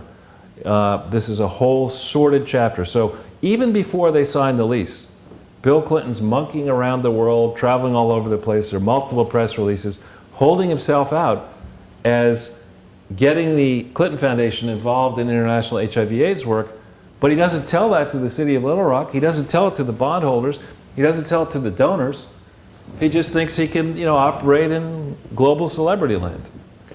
Charles, do you think that this occurs after so many years of breaking the law so flagrantly that it just, that's the only explanation. It seems like every single thing about the way this was done was zero regard for laws, procedures, accounting practices, anything like that. But wait, there's more. Okay, great. So back to... the next slide, actually. Yes. We're more than halfway there. Okay. So, in theory, they start fighting HIV/AIDS in July 2002. Okay? There's a book we referred to in the past by Joe Conason called Man of the World, in which Joe clearly must be a friend of Bill Clinton's. I think he is. There is extensive footnoted, documented in his book, discussion of how this actually began, not in July 2002, but early in January 2002. Ira Magaziner supposedly was enlisted to help Bill Clinton come up with a plan for fighting HIV/AIDS. And there's names and dates. Mr. Schneiderman, names, dates in that book. Man of the World, Joe Conason. I'm not his agent. I don't get any money from him. Probably cost you $24 to get the book. 14. Save you a lot of time. 14, okay. There Well, you go. actually, they got 14 on Kindle, $5.99 for the hardcover. I wonder what happened. So here we have this quote from Bill Clinton where he says, soon after leaving office, I set up my foundation's headquarters in Harlem in New York City. Okay, there's no evidence of that. The I part doesn't figure in the form in New York for 2002. Bill isn't mentioned as a director. I thought it was just an office, though, that he set up there. Well, this is the point. This is what New York law normally cares about. Mr. Schneiderman, you cared a lot about what Mr. Trump had done with Trump University. How come you don't care about this? Is it because Bill Clinton's a Democrat and, you know, a big global celebrity type Democrat with a lot of money and you're just an attorney general? Is that the deal here? Because, you know, you've got the ability, you've got the files. You can look into the files. And they, ones I've seen so far do not show any mention of the Bill Clinton associated with the Clinton Foundation in 2001 or 2, or forward until much later. It doesn't show a headquarters in Harlem. It doesn't show that he had the right to solicit on behalf of all these things he did solicit for starting in 2001. It doesn't show that. And this book was published in paperback in 2005, in hardcover in 2004. The Man of the World.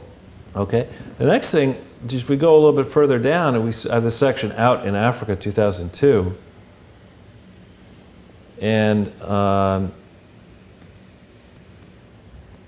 let's see, which is the best one to look at? Well, any one of these links, let's not pile on them too hard right now, because I think we're piling on a bit hard. But any one of these links will tell you, in fact, the third one maybe. Sorry. There's a good graphic on that first one, though. All right, well, you do the first one then.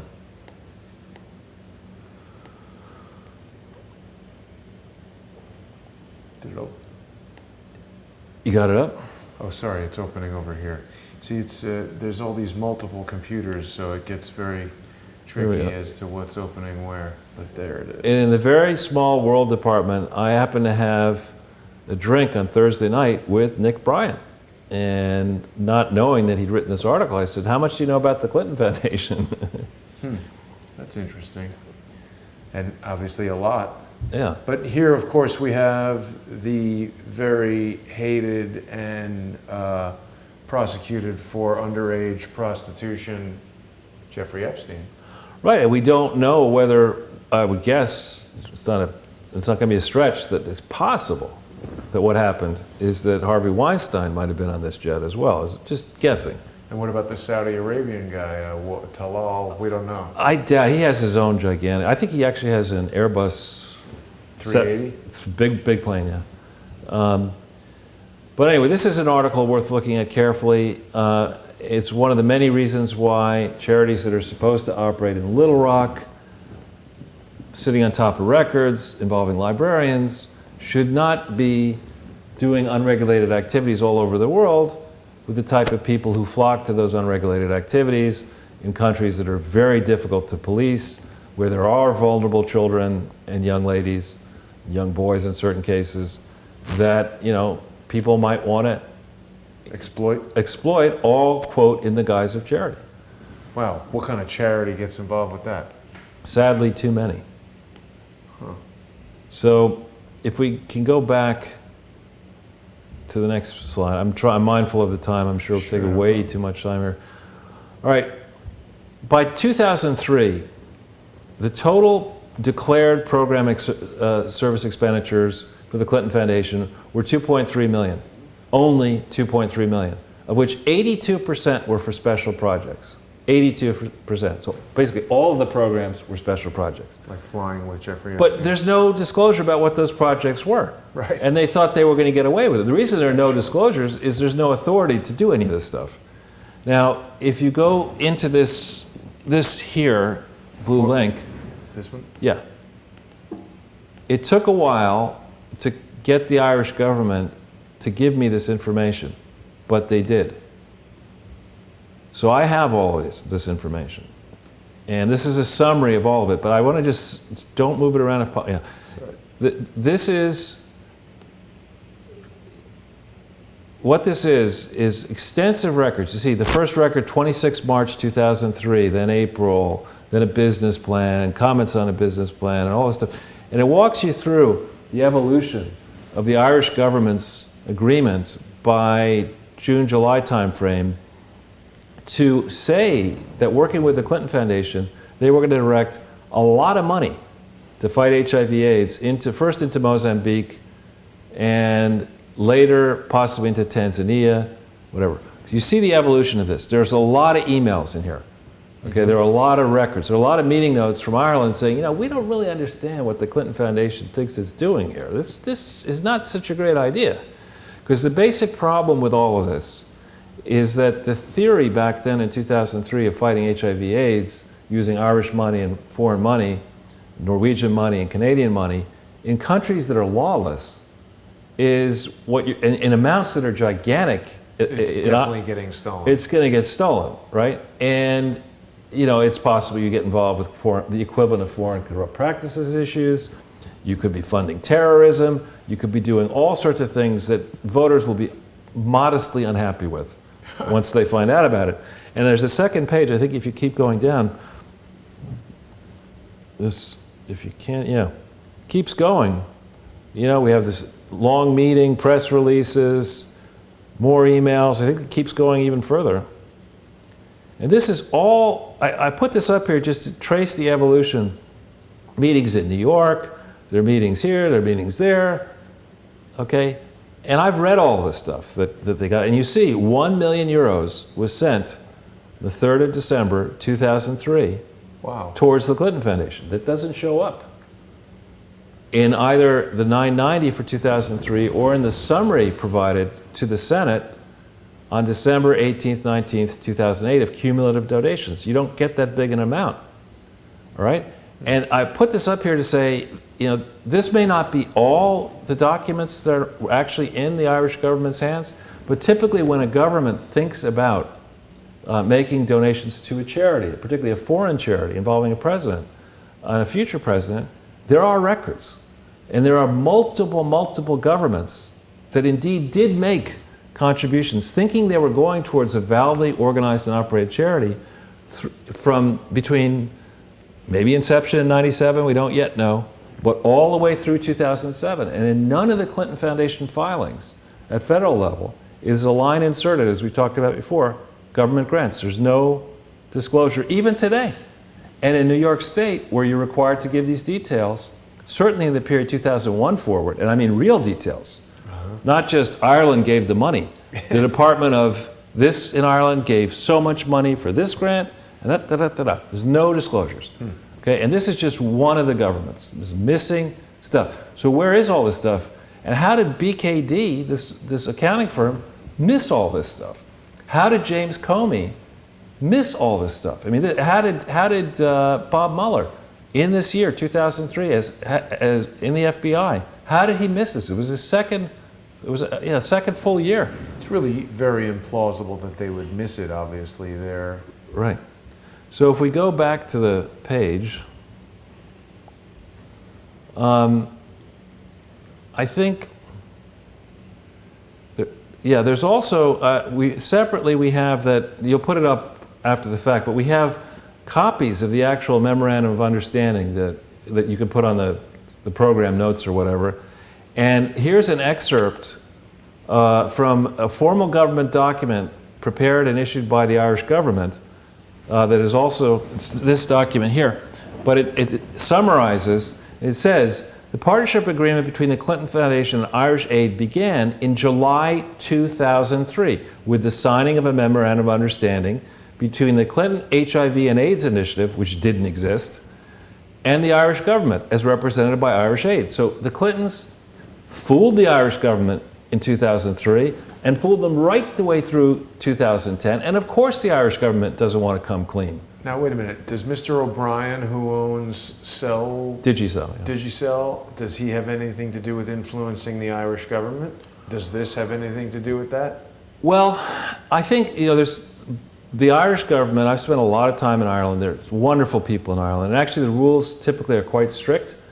But Irish politicians, like politicians everywhere, Can be bribed. Well, it can be dirty. And so in the time frame, certainly starting 2003 forward, you had Ireland's bubble inflate to a gigantic balloon and then bust spectacularly and then move forward. And Bill Clinton supposedly, in theory, or the Clintons may have real estate in Ireland. He loves to go drinking there and takes his friends there, and everyone loves him in Ireland. He's a favorite son. So it's not surprising that the Irish political establishment would want to support something that Bill does. What is surprising is that the Irish legal people, who normally are pretty strict and thorough, wouldn't have caught this. I know this because I went through the process of trying to get something organized in Ireland, an investment fund that was regulated by the central bank. And I can tell you from personal experience, they really put you through the paces when they want to make sure you do it properly. So this shows very clearly, multiple ways, that the Clinton Foundation and Bill Clinton, our Magaziner, and we will reveal a surprise, I would argue, spy who is in the greater Fox umbrella, who was centrally involved in this fraud in 2003 and in covering it up. 2003, 4, 5, 6. There's somebody centrally involved in this who is currently getting a paycheck from a part of the greater Fox empire in the United States, and he's not a junior bloke. It is a man, not a junior bloke. And we'll be revealing that a week from today. Wow, that's exciting. So, all right, this is a little bit wonky, okay? How so? Well, it's just a lot of detail. The Clinton Foundation has amended its Articles of Incorporation to change its name. Okay? Many times, haven't they? Several times. But it has never amended, the parent company has never amended its Articles of Incorporation to encompass doing anything other as a tax-exempt purpose than organizing a presidential archive and undertaking research and educational activities. Not promoting the sale of HIV/AIDS drugs, not climate change, not the Global Gab Fest, none of that stuff. What is the Gab Fest? The Clinton Global Initiative. We all get together and, we pass a joint over here to Jan, and Jan smokes a joint and he says, you know what I'm going to do? I'm going to give $1 billion to charity in the future. But, you'll never be able to check it. And Jason, you say, well, I could roll a bigger joint than Jan. Put me down for $12 billion. I'm in another galaxy and I'll say, I'm going to be the first $1 trillion. And none of that stuff was checked. So what do you mean? People just say they gave it and got the tax deduction and never gave it? No, I don't know about the tax deduction. What they do is they sit around and they organized a gathering beginning in September 2005 where they would decide who got to go to the gathering. And you have all these retired world leaders, even some prominent world leaders who were attending the UN General Assembly, together with the deal doers and the accountants and the consultants and the political patrons and the Clintons and everybody else. And they would decide who got into the room.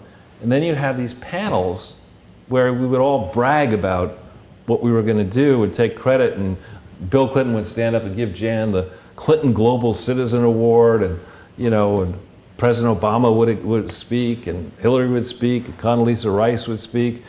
And this guy, Folieri, spoke. We talked about that before. Anna Hathaway's boyfriend. Fabrizio or something I don't think it's something Folieri. But anyway, they never have done what you have to do now for the lawyers, the prosecutors around the world. Go to this memo for more detailed analysis. It's very detailed stuff. You will have the ability, particularly in the high-tax American states, in New York, in California, Illinois, Massachusetts, et cetera, those where you have high taxes, where you have developed charity laws, you will get this. This Clinton Foundation is a complete fraud. And anybody who has bothered to check should know that. And the real question for those of you who are in law enforcement is, why haven't the states and localities, why hasn't the IRS, why isn't the Justice Department, why isn't the FBI, why haven't you already gone after this? Yeah. So if we go to the next page. But we don't really have the answer to that exactly. I mean, we can speculate, right? We don't have the answer yet. Okay. So in addition, there are declarations to the IRS that are made. Here I've put the actual dates they were filed. Now, why do I know these dates? In certain cases, what happened was, in the early years, the Clinton Foundation puts up on its website versions of the 990, the tax form, with the stamped date of when the IRS received it. But in this crucial period where they widened the scope of their fraud, 2000 for the reports for 2002, 3, and 3 amended, they don't put the stamped version, and they leave out the 2003 amended version, which they filed once May 21st, 2004, and a second time on the 19th of September. Now, this is really nerdy land here, but in part 6 of the form, I don't know if you could make it a little smaller, I'm sorry. Part 6, question 76. Did the organization engage in any activity not previously reported to the IRS? Now, activity, we've talked about in the past, is different than purpose. Purpose is what you say you're going to do and what you're approved to do in your articles of incorporation. Okay, that's what you're allowed to do, what you're trying to do with your charity. And activity must be in furtherance of a purpose, right? This doesn't say, have you changed your purposes? Because doing that without talking to the IRS, you're done. You're not allowed to do that. You can't change your purposes, that which you've been approved for. Because they've granted you this tax-exempt status based on approval with a purpose. You change the purpose, maybe they don't want to give you tax-exempt status for that. I mean, the example, I will go over it again, the example is, it's not like, setting up a charity is not like getting a driver's license, right? When you get your driver's license, they don't say, oh, hey Jan, you live in Princeton, here's your driver's license for New Jersey. They don't ask you, well, what kind of car do you have and where are you going to drive it? Okay, you have freedom with that license to drive anywhere you want in the United States, and if you get an international license anywhere else. That's not the way a charity works. A charity, you start in a state, you get approval to be a nonprofit corporation in that state. Doesn't mean you can solicit donations at this point and offer people tax deduction federally or in the state. You then have to file a truthful application to the IRS. It has to be approved, and you got to state what your purposes are.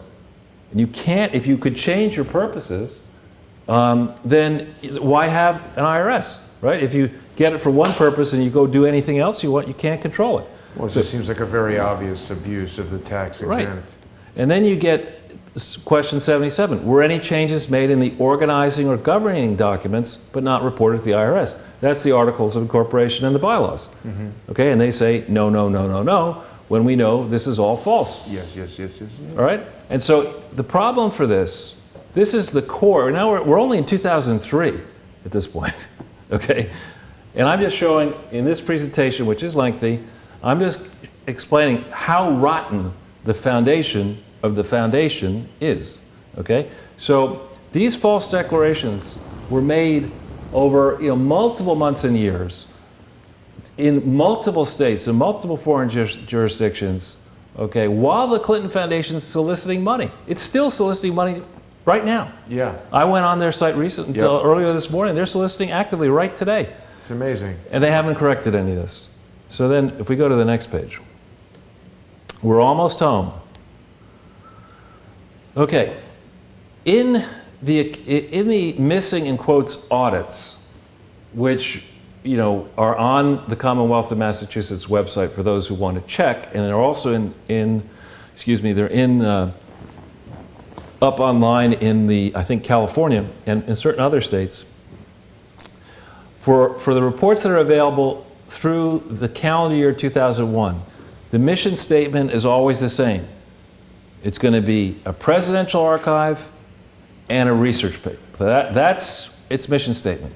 Beginning on the 2nd of May 2003, in connection with the audit for the calendar year ending December 31st, 2002, So just, Bill gets back from his trip with Kevin Spacey and everybody to Africa and all the celebrities. And Did Kevin Spacey go? he was on that first African trip. I shudder to think. Wow. Yeah, I shudder to think the damage that he caused. But anyway. Have the Clintons renounced Kevin Spacey? I don't know. They're binge watching House of Cards? The question would be, who's going to renounce whom first? But anyway, so beginning around the time they're talking in Ireland, somebody in Ireland must have said, hey, Bill, we love this, but I got this legal weasel over here who's related to Charles Hartel, and he's asking all these tough questions about you. Where's the authority for you to fight this HIV/AIDS? So maybe somebody at the Clinton Foundation called up, amiable dunce running the Little Rock office of BKD and said, listen, amiable dunce, we pay you a lot of money here at the Clinton. That's his Twitter handle. We want you to just insert this language into our, in quotes, audit. And nobody in Ireland is going to say, well, this audit could be false. We'll show this guy in Ireland a piece of paper which says the mission is to do all this fancy stuff, including health security, specifically combating AIDS. Okay? And then at the very bottom, former President Bill Clinton established the foundation. Well, that's news to, I think, anyone who's looked at the paperwork. His name isn't in the paperwork at this point or anywhere else. So, the reason, when we talk about why are these audits not on the Clinton Foundation website, the reason they're not on the Clinton Foundation website because somebody looked at this and said, hey, boss, I may be stupid, but I'm not that stupid. You can't put this out there, right? So they've intentionally hid this information because it is damaging. Interesting. So we go to the next page. All right. They've also hid the Articles of Incorporation for this entity we refer to as Old Chai, Clinton Foundation HIV/AIDS Initiative, Inc. It's not on the website. Associates of mine were able to get it, okay? We put on the left, we repeat the purposes that the parent company, the Clinton Foundation, is authorized to pursue. This parent company is the only, controls Old Chai, according to the legal paperwork. It's the only entity that has any power or sway over Old Chai, and the purposes you see here are very different than being a library.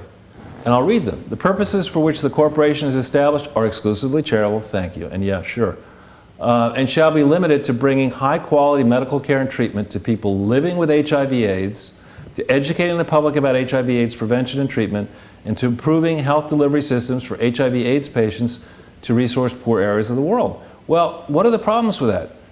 Organized on March 24th, 2004. In October 2003, the William J. Clinton Presidential Foundation entered into a memorandum of understanding with a crooked drug company, Ranbaxy, to promote the sale of Ranbaxy drug products. That is a purpose that stands in conflict with the purpose of being exclusively charitable. You can't be promoting drugs of a company, and who knows what benefit you're deriving from that, whether Chelsea or Bill or Hillary or somebody connected to the Clinton orbit was getting a consulting fee, options. About owning the stock. Or owning the stock. We don't know any of that yet. But you just can't do this. Yet, they did it. Now, why would you not know about it? The reason you don't know about this is it's purposefully omitted from the main portal that interacts with the public, the Clinton Foundation website, has purposefully omitted this. I would admit it is a pretty well-executed crime. It's complicated. All right, so now we go into 2004, into a little bit more depth. Okay? Now I did promise, I know that I'm much more comfortable with numbers than I am speaking or writing or whatever. And I will inform the audience in advance, assuming that Jason comes back safely, which we all hope, from his undisclosed You don't location. have something planned for me, do you? No, I haven't been able to take out the insurance yet. But we will be getting into some more detail, even more than we have in the past. But I will stipulate right now that on the 20th of February 2004, according to disclosures that are in multiple Clinton Foundation IRS 990s, so if the disclosures of the 90s, which are supposed to be true and accurate, are false, then what I'm about to say is wrong. But I don't think they're false. And the disclosures in the 990s say that an application for a line of credit was accepted by the Bank of America on the 26.5 million was given to the Clinton Foundation on 20 February 2004. That's a lot of coin, $26 million from a big bank, okay? That also, banks are big, had a department that was ultimately overseeing a charity that gave more than, I think, around 3 million or so to the Clinton Foundation in the ensuing period when that Clinton Foundation was illegally organized and operated. So you're making a bad loan. We haven't seen the application, but the application cannot possibly have said, beginning in 2002, we violated our charter and put in risk our federal, state, and other tax exemptions, potentially gutting the ability to remain in existence. Nonetheless, we like to have 26.5 million for you. Couldn't possibly have said that. Couldn't possibly have told the whole truth. Unless the Bank of America burns these old records, which maybe they did, there will be a record. And by the way, 20 February 2004 is before the FBI, before the US attorneys made a decision to stand down an investigation of the Clinton Foundation. So the real question also should be, what did James Comey, what did Bob Mueller, what did the team on the Clinton Foundation know about one false bank loan? Then on the same day, another false bank loan, $2 million was advanced from the Metropolitan Bank. And what did that application say? And what happened ultimately to Metropolitan Bank? Ultimately, Metropolitan Bank got in trouble. Well, don't these banks have huge, I mean, they're giving out loans. Don't they have huge financial experts Well, let's think all this? Let's think about this. We've got, this is 20 February 2004. What happened in February of 2004, as it were? Remind me. I think there was a presidential election. Oh, And who was the chairman of the Democratic Party in 2004? don't know. I think it was Terry McAuliffe. Oh. And who was one of the few, in quotes, independent trustees in 2004? George Bush? Terry McAuliffe. Oh. All right, so you've got the prospect that W will be unsuccessful in winning re-election. in Who was he February running against that second? John Forbes Kerry. Right. Both Yale men. You're on treacherous ground there. Sorry. Anyway, so false applications, I would argue, were made across state lines, possibly in the case of Bank of America. Funds were wired across state lines in the case of Bank of America. And improper disclosures were made in New York State, which has a material adverse change requirement that if you make a mistake that damages the charity, you're supposed to immediately tell people in New York State, and you're supposed to correct it, of course, if you can. None of this was done in February. In March, they get a false and non-compliant, in quotes, audit from this crooked branch of BKD, the accounting firm. And the 24th of March, they illegally organized this HIV/AIDS initiative. On the 20th of April, and you have this there's a 150-page exhibit, another 150-page exhibit that will be on the links, that you have to read it carefully. It shows the false report that the president of the Clinton Foundation made on the 20th of April 2004 to the National Archives, in detail, signed by the president, who was a trustee, who never made full and complete disclosure about the defects in the various things that he was connected to, including a firm that was providing marketing services to the Clinton Foundation. What was the name of that firm? I don't have it off the top of my head. Monster Worldwide? No. Then, on the basis of this false report to the archivist turns around, and by the way, the 20 April letter is across state lines, so it's a mailing across state lines, false and materially misleading. The 5 May letter is to the President of the U.S. Senate from the archivist, relying on these false representations. He repeats them and sends a letter to the President of the Senate, does the same thing to the Speaker of the House of Representatives, and then they file one false initial report to the IRS concerning 2003 that leaves out all these international and other defects. By August 31, 2004, the crack team overseeing the FBI And these people who were chafing at the bit, and you look at the FBI file, in December 2001, there's a memo saying, this is a great case, let's do this, take depositions, it's 2001. Now you're August 31st, 2004, and you make a decision to stand down this investigation in which Mueller had purview, Comey had been involved. You stand down. Inexplicably, you stand down. I mean, the experts who can go through that FBI file, the new head of the FBI, Sessions, the people on the inside, need to understand why was that decision made, and they have the ability to go into those files. I'm certain that those files are there. Why do you think that decision was made? They're covering it up. As a bet, we get into this Irish compromise, right? You did something wrong, I did something wrong, and we both go off and say we both did something wrong. We forget about it while we're drinking beer. George Bush and his people may have done something wrong in respect of Enron. May have. May have, I'm just saying. And here you got a problem over here with the library, and it's before the election, and you say, listen, we don't know who's going to win here. You may not, I'm just guessing now, it's going to be a close race, George, you could lose, and if you lose, we're going to bury you. He kind of crushed Kerry, didn't he? In the end he did, but but I'm just trying to, it was, for a time it looked close. I mean, the Iraq War had its ups and downs, economy had its ups and downs, there were scandals here and scandals there. There were a lot of corporate scandals at this point. Anyway, the IRS 990 file concerning 2003 was filed in almost, I think, 40-odd states, and then they amend it. Now, the amended version for the 2003 filing is not on the Clinton Foundation website, but it is on ProPublica. And I think in part, it's the reason the amended one is hidden, or one of them is hidden, is because it explains the purposes.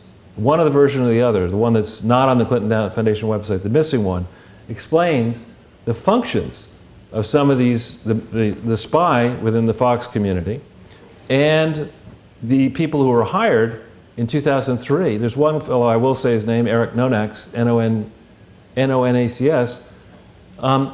Why does a foundation that is based in Little Rock, although Bill said it was headquartered in New York, why does a foundation based in Little Rock need some dude in New York to be a foreign policy advisor? I mean, that's not an expense, an activity that's going to further. So why do they need that? Because they needed somebody to engage in these crooked schemes around the world. And that fellow, Eric Nonax, subsequently went on to simultaneously work for Frank Giustra and for the Clinton Foundation without disclosing these inter-party relationships in the American filings, in the Canadian filings, Irish filings, any filings. So if we go to the next page.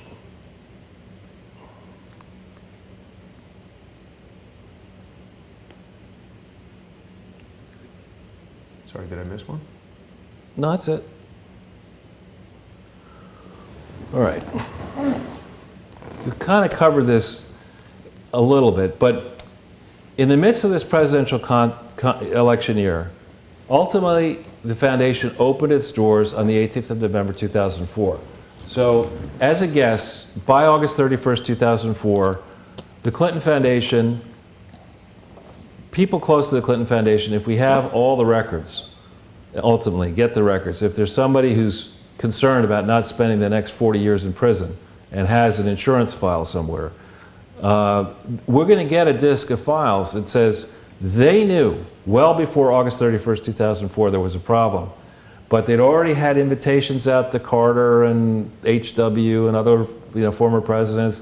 You can't open a library like this on the 18th of November 2004 and not do extensive pre-preparation. Invitations went out, the catering part, and caterers were hired, and the hookers were swarming to the hotel rooms, and everything was on the way. And this thing just sailed ahead. You're talking about for the opening of the foundation. For the opening, but then if you go... Of the presidential library? Right. But when we talk about after August, well, before August 31st, 2004, if you hit the KHN link, this one? KHN. This one here. Yep. Just getting the mouse over there.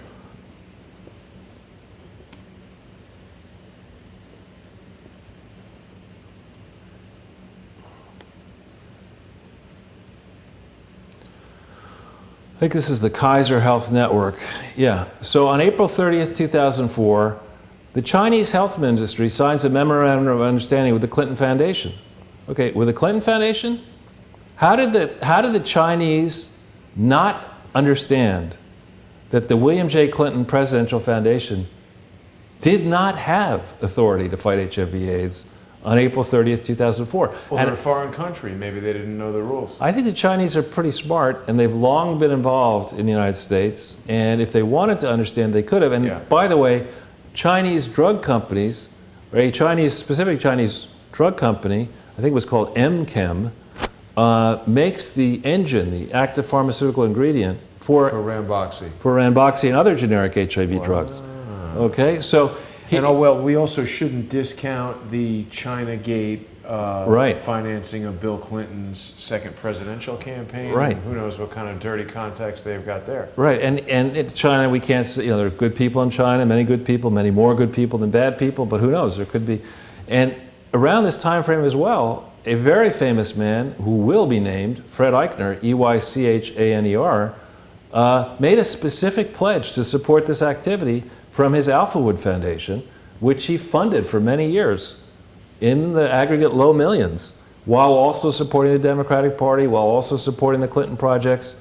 So, I mean, this thing should have been on. I can't believe that the FBI but maybe the Department of Justice wouldn't have known or noticed that the William J. Clinton Presidential Foundation on April 30th signs this memorandum of understanding, but they stand down the FBI investigation August 31st. If you go to the next link, it's not just in China where they're doing this. Here, in this one, here.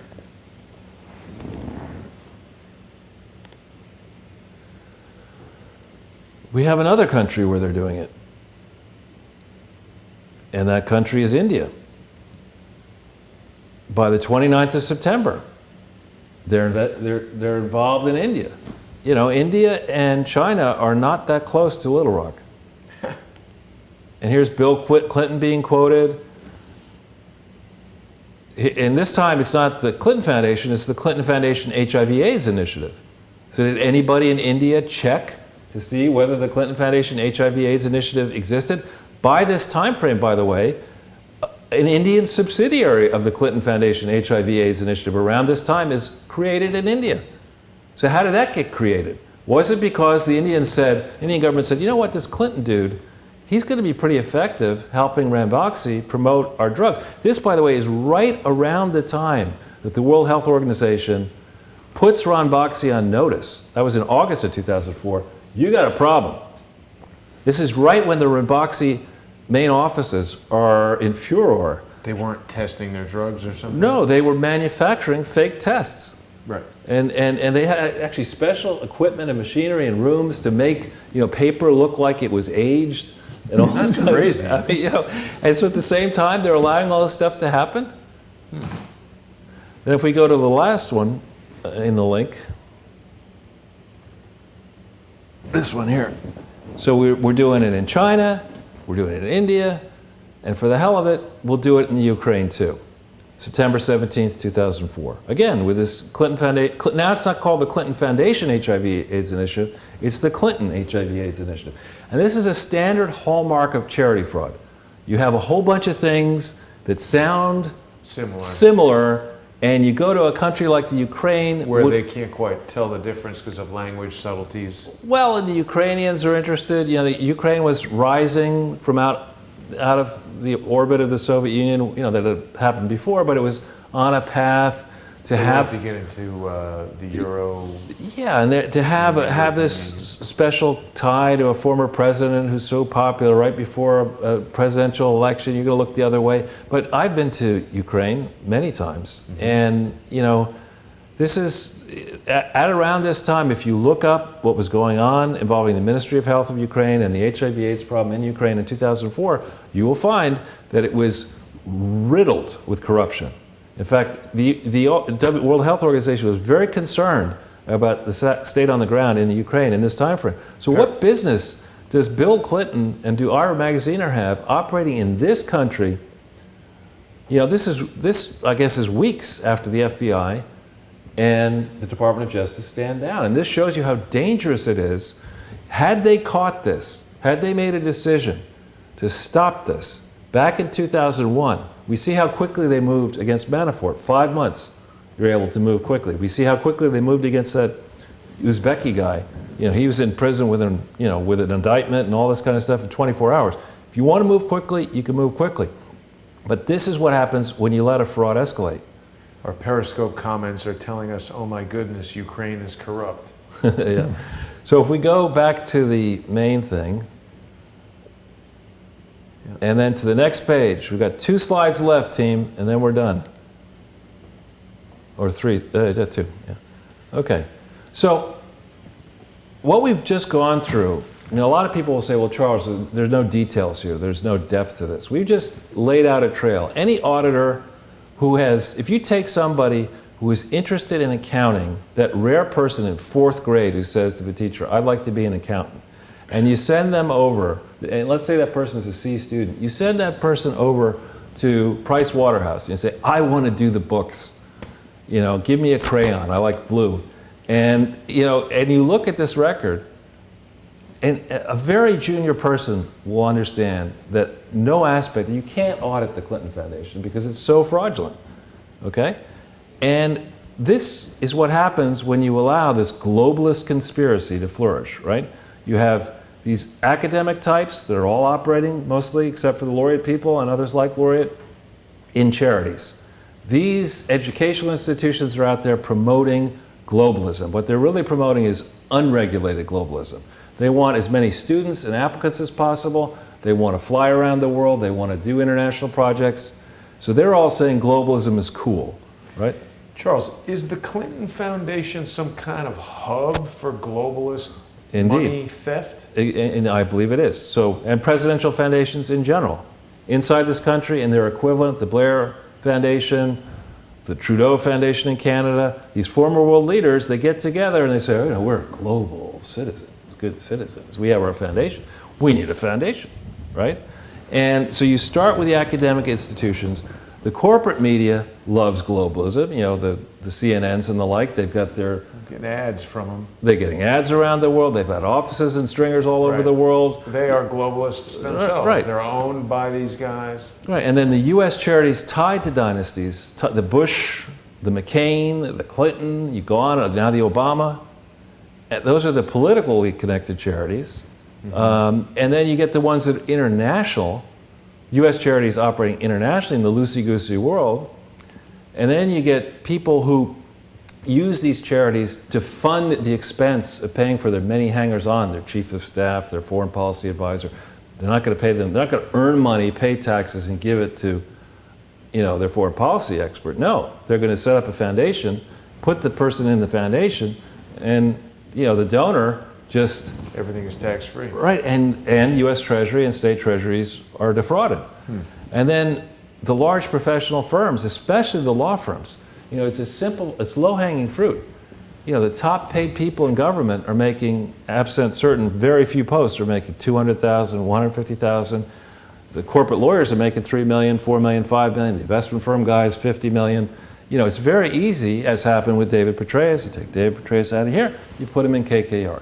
You take somebody out of, you know, some government option, like, what's the guy's name, Preet Bharara, take him from the U.S. Attorney's Office, put him in a top Wall Street law firm, or law firm. So this is a you know, foundations like the Clinton Foundation and others in the similar hue operate inside and infect the world in a gigantic globalist conspiracy. It's not a Republican thing. It's not a vast right-wing conspiracy. It's not a Democrat thing. It's a uniparty conspiracy. And by the way, the bottom here, linked in blue, we don't have to pull it up, but those of you who have the time and interest after watching this, look at these tables for yourselves, and you can establish in the percentile tables that are consistent from 2004 forward, but have information even before 98, 99, they show that globalism is making all wage earners in America worse off. Okay? So there are people who diss the founders of this country. who say, why should we study Madison? Why should we study Jefferson? I talked to you about a convulsion going on. We didn't see it yet in Antifa, but we're seeing lots of change. Go to the next slide. Did you get a chance to watch the Antifa parade yesterday, Charles? I let it. No, I mean the video I made about it. I watched some of it, yeah. This was written in, I believe, 1782. This was the only book that Thomas Jefferson wrote. He filled out a questionnaire sent by the French government to the rising government, I think under the Articles of Incorporation, so prior to Washington, asking questions queries about the state of affairs inside the United States. One of them had to do with religion. And in 1782, Thomas Jefferson answered the religion question in part saying, "Our rulers will become corrupt, our people careless. A single zealot," are we thinking Hillary, "may commence persecutor, and better men be his victims." And I won't read it all now, but this is one of my favorite paragraphs in all the things that I've found in reading. This is incredible that he predicted this in 1782, he was the author of the Declaration of Independence, he was the founder of the University of Virginia, and he was the author of the Virginia Statute on Religious Liberty. It was on a $10 bill. Those are the three things that he asked to be in his biography. He left out the fact in his headstone. He said, "That's what I want on my headstone. You can leave out that stuff about me being a governor of Virginia and vice president of the United States and foreign minister of the United States, ambassador to France, and president of the United States for 2. Just leave all that stuff out. Put on the thing, the important stuff." That was Thomas Jefferson, who may have owned slaves, but still today sits far higher than anyone in the firmament of American politics. And then another man, James Madison, who some think was the most brilliant thinker among the founders. Look what he said in 1794 on the floor of the House of Representatives: "Charity is no part of the legislative duty of government." Why did he say that?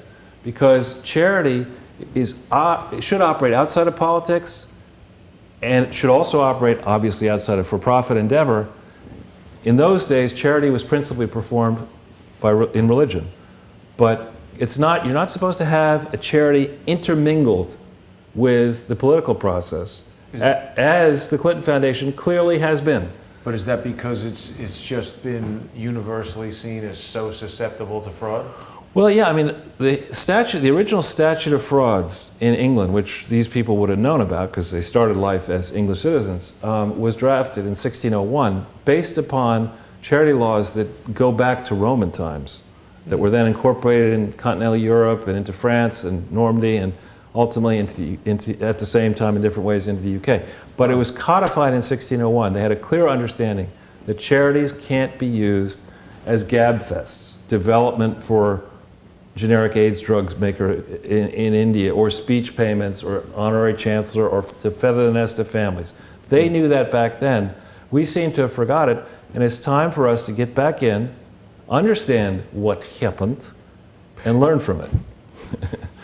So I shudder to think, we don't even need to go to the reviews. I know I've taken up way too much airtime. It's probably like 90% positive now.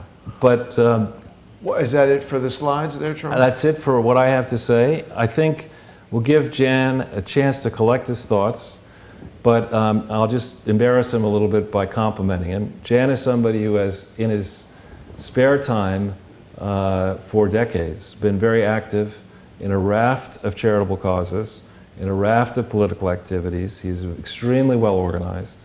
He has a vast network inside and outside the U.S. of not-for-profit and political friends and allies. He has special views, deep insights into perils posed by the deep state defense establishment. He also cares passionately about the environment and about education. And I think it's a wonderful thing that he's going to be doing a show that has a great title on a regular basis. And with that, Well, you left out super nice guy, Jan. Welcome. Thanks for joining us here today. I'm excited about kicking off the Audacity Files with you tomorrow. It was incredible for me to sit here just now. I feel like I won a contest to be able to be a VIP, sitting on the backstage in the wings on what is going to be known as a historic presentation. This will be archived and it will be looked at by students of political science and economic theory in years to come. Someday there should be a course taught in political science departments, if the endowments will allow it, Sunday with Charles, with a complete exploration. But it's that worthy. What we just witnessed is historic. Wow. Thank you. I am delighted that Jason gave me permission to be able to use foul language on my show. Because I had to bite my tongue watching this presentation. And I am absolutely flabbergasted about the arrogance that we see in government and corporate collusion, the greed, the sense of entitlement that we have just bared witness to, and the sense of immunity from breaking the law. A segue into what we're going to be covering in our show. During the first presidential Democratic debate, Bernie Sanders famously announced, "The American people are tired of hearing about your damn emails." Hillary Clinton laughed, the audience applauded, and corporate America had a sigh of relief. What we're going to learn is that the emails that Hillary Clinton claimed to have wiped from her server were personal in nature. But it has come out that Boeing and GE both have admitted in shareholder meetings that they have those emails. Though they said, the CEOs of each respective company said that they would not release this to the public unless there was legal action to do so. The implications run very, very deep of the interrelationships between Secretary of State Hillary Clinton and her responsibilities under law as Secretary of State with defense contractors. We're going to be exploring that in depth in our first show, which will be a segue into government corporate collusion, especially the interactions with military defense contractors through the Obama administration to present day. And by the way, the defense contractors got to President Trump-elect and silenced him from continuing with the investigation of Hillary Clinton and her redacted emails. And we're going to be exploring that motivation at the FBI and why they backed off as well. So I'm very excited about the show, very honored to be here with both of you. And again, for anyone watching this, this was a thrill for me. I won a contest to be able to sit here and witness this today. Thank you very much. How do you reach? Do you have a website or a Twitter account or something that people should know about? Easy for my Twitter feed at Show Up America. Just say that again. Sorry. At Show Up America. That's the best way to see a number of the things that I'm sending out. Jason and I are going to be archiving my latest expose, Great. which has great depth, and we're going to be using this in presentations. We're segmenting each of our presentations. We're starting with me proving that Bernie Sanders had one of the greatest political blunders of all time by stopping the conversation that we needed to have in this country. Good for you. And again, it's an honor to be here.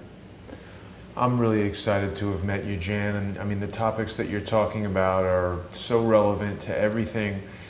One of the things that I really enjoy is, Charles has introduced me to you, and the work that you're doing overlaps with things that I was speaking with George Webb about. And, it's almost like everybody has a piece of this bigger story, and people should definitely go on to Twitter at Show Up America and follow Jan. And then what we're going to do, as he said, is we're going to have a regular show, and it's going to allow us to really explore these topics in greater depth and talk about some of the connections between all the different work that everybody's been doing and all the research and everything. So we're really looking forward to that. Of course, I'm going to be leaving for Las Vegas tomorrow evening, so we're going to have that show a little bit earlier in the day, and we'll release a notification for everybody who is subscribed to Crowdsource the Truth on YouTube and Periscope and Facebook to check that out.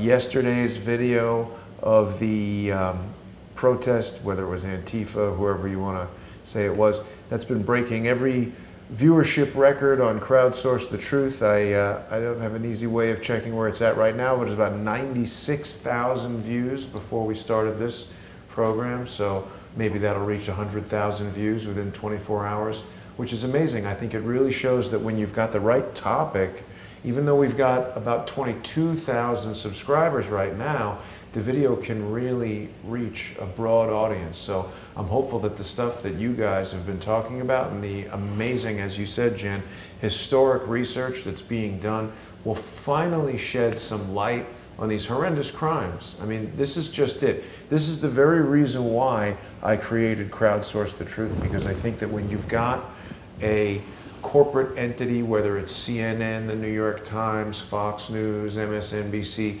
it's owned by some gigantic multi-million, multi-billion dollar globalist corporation. It's driven by this advertiser agenda, and the advertisers are almost universally the same type of globalist multinational corporations.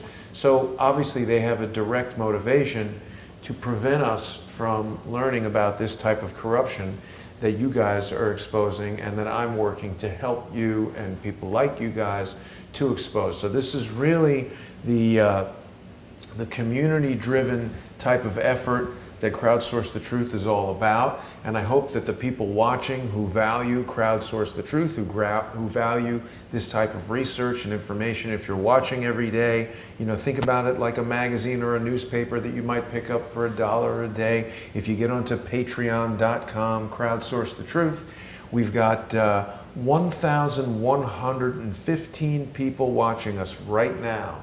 And we've, as I said, we've got about 22,000 subscribers on YouTube. If even a small percentage of those users would become monthly sponsors of the channel, Crowdsource the Truth would remain financially viable. And of course, Bitcoin, Charles's favorite investment device, is just, I mean, it's blowing me away. I know nothing about investments, but Bitcoin was at $7,500. It was holding strong the past few days, around $7,500.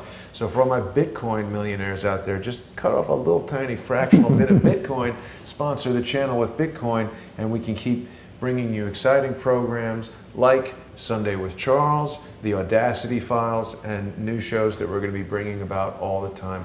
I can't thank you gentlemen enough for joining me here today. Thank you. I look forward to Jan's new show tomorrow. Welcome. And I will see you both very soon. Thanks very much, and happy Sunday to everyone. Thanks for tuning in.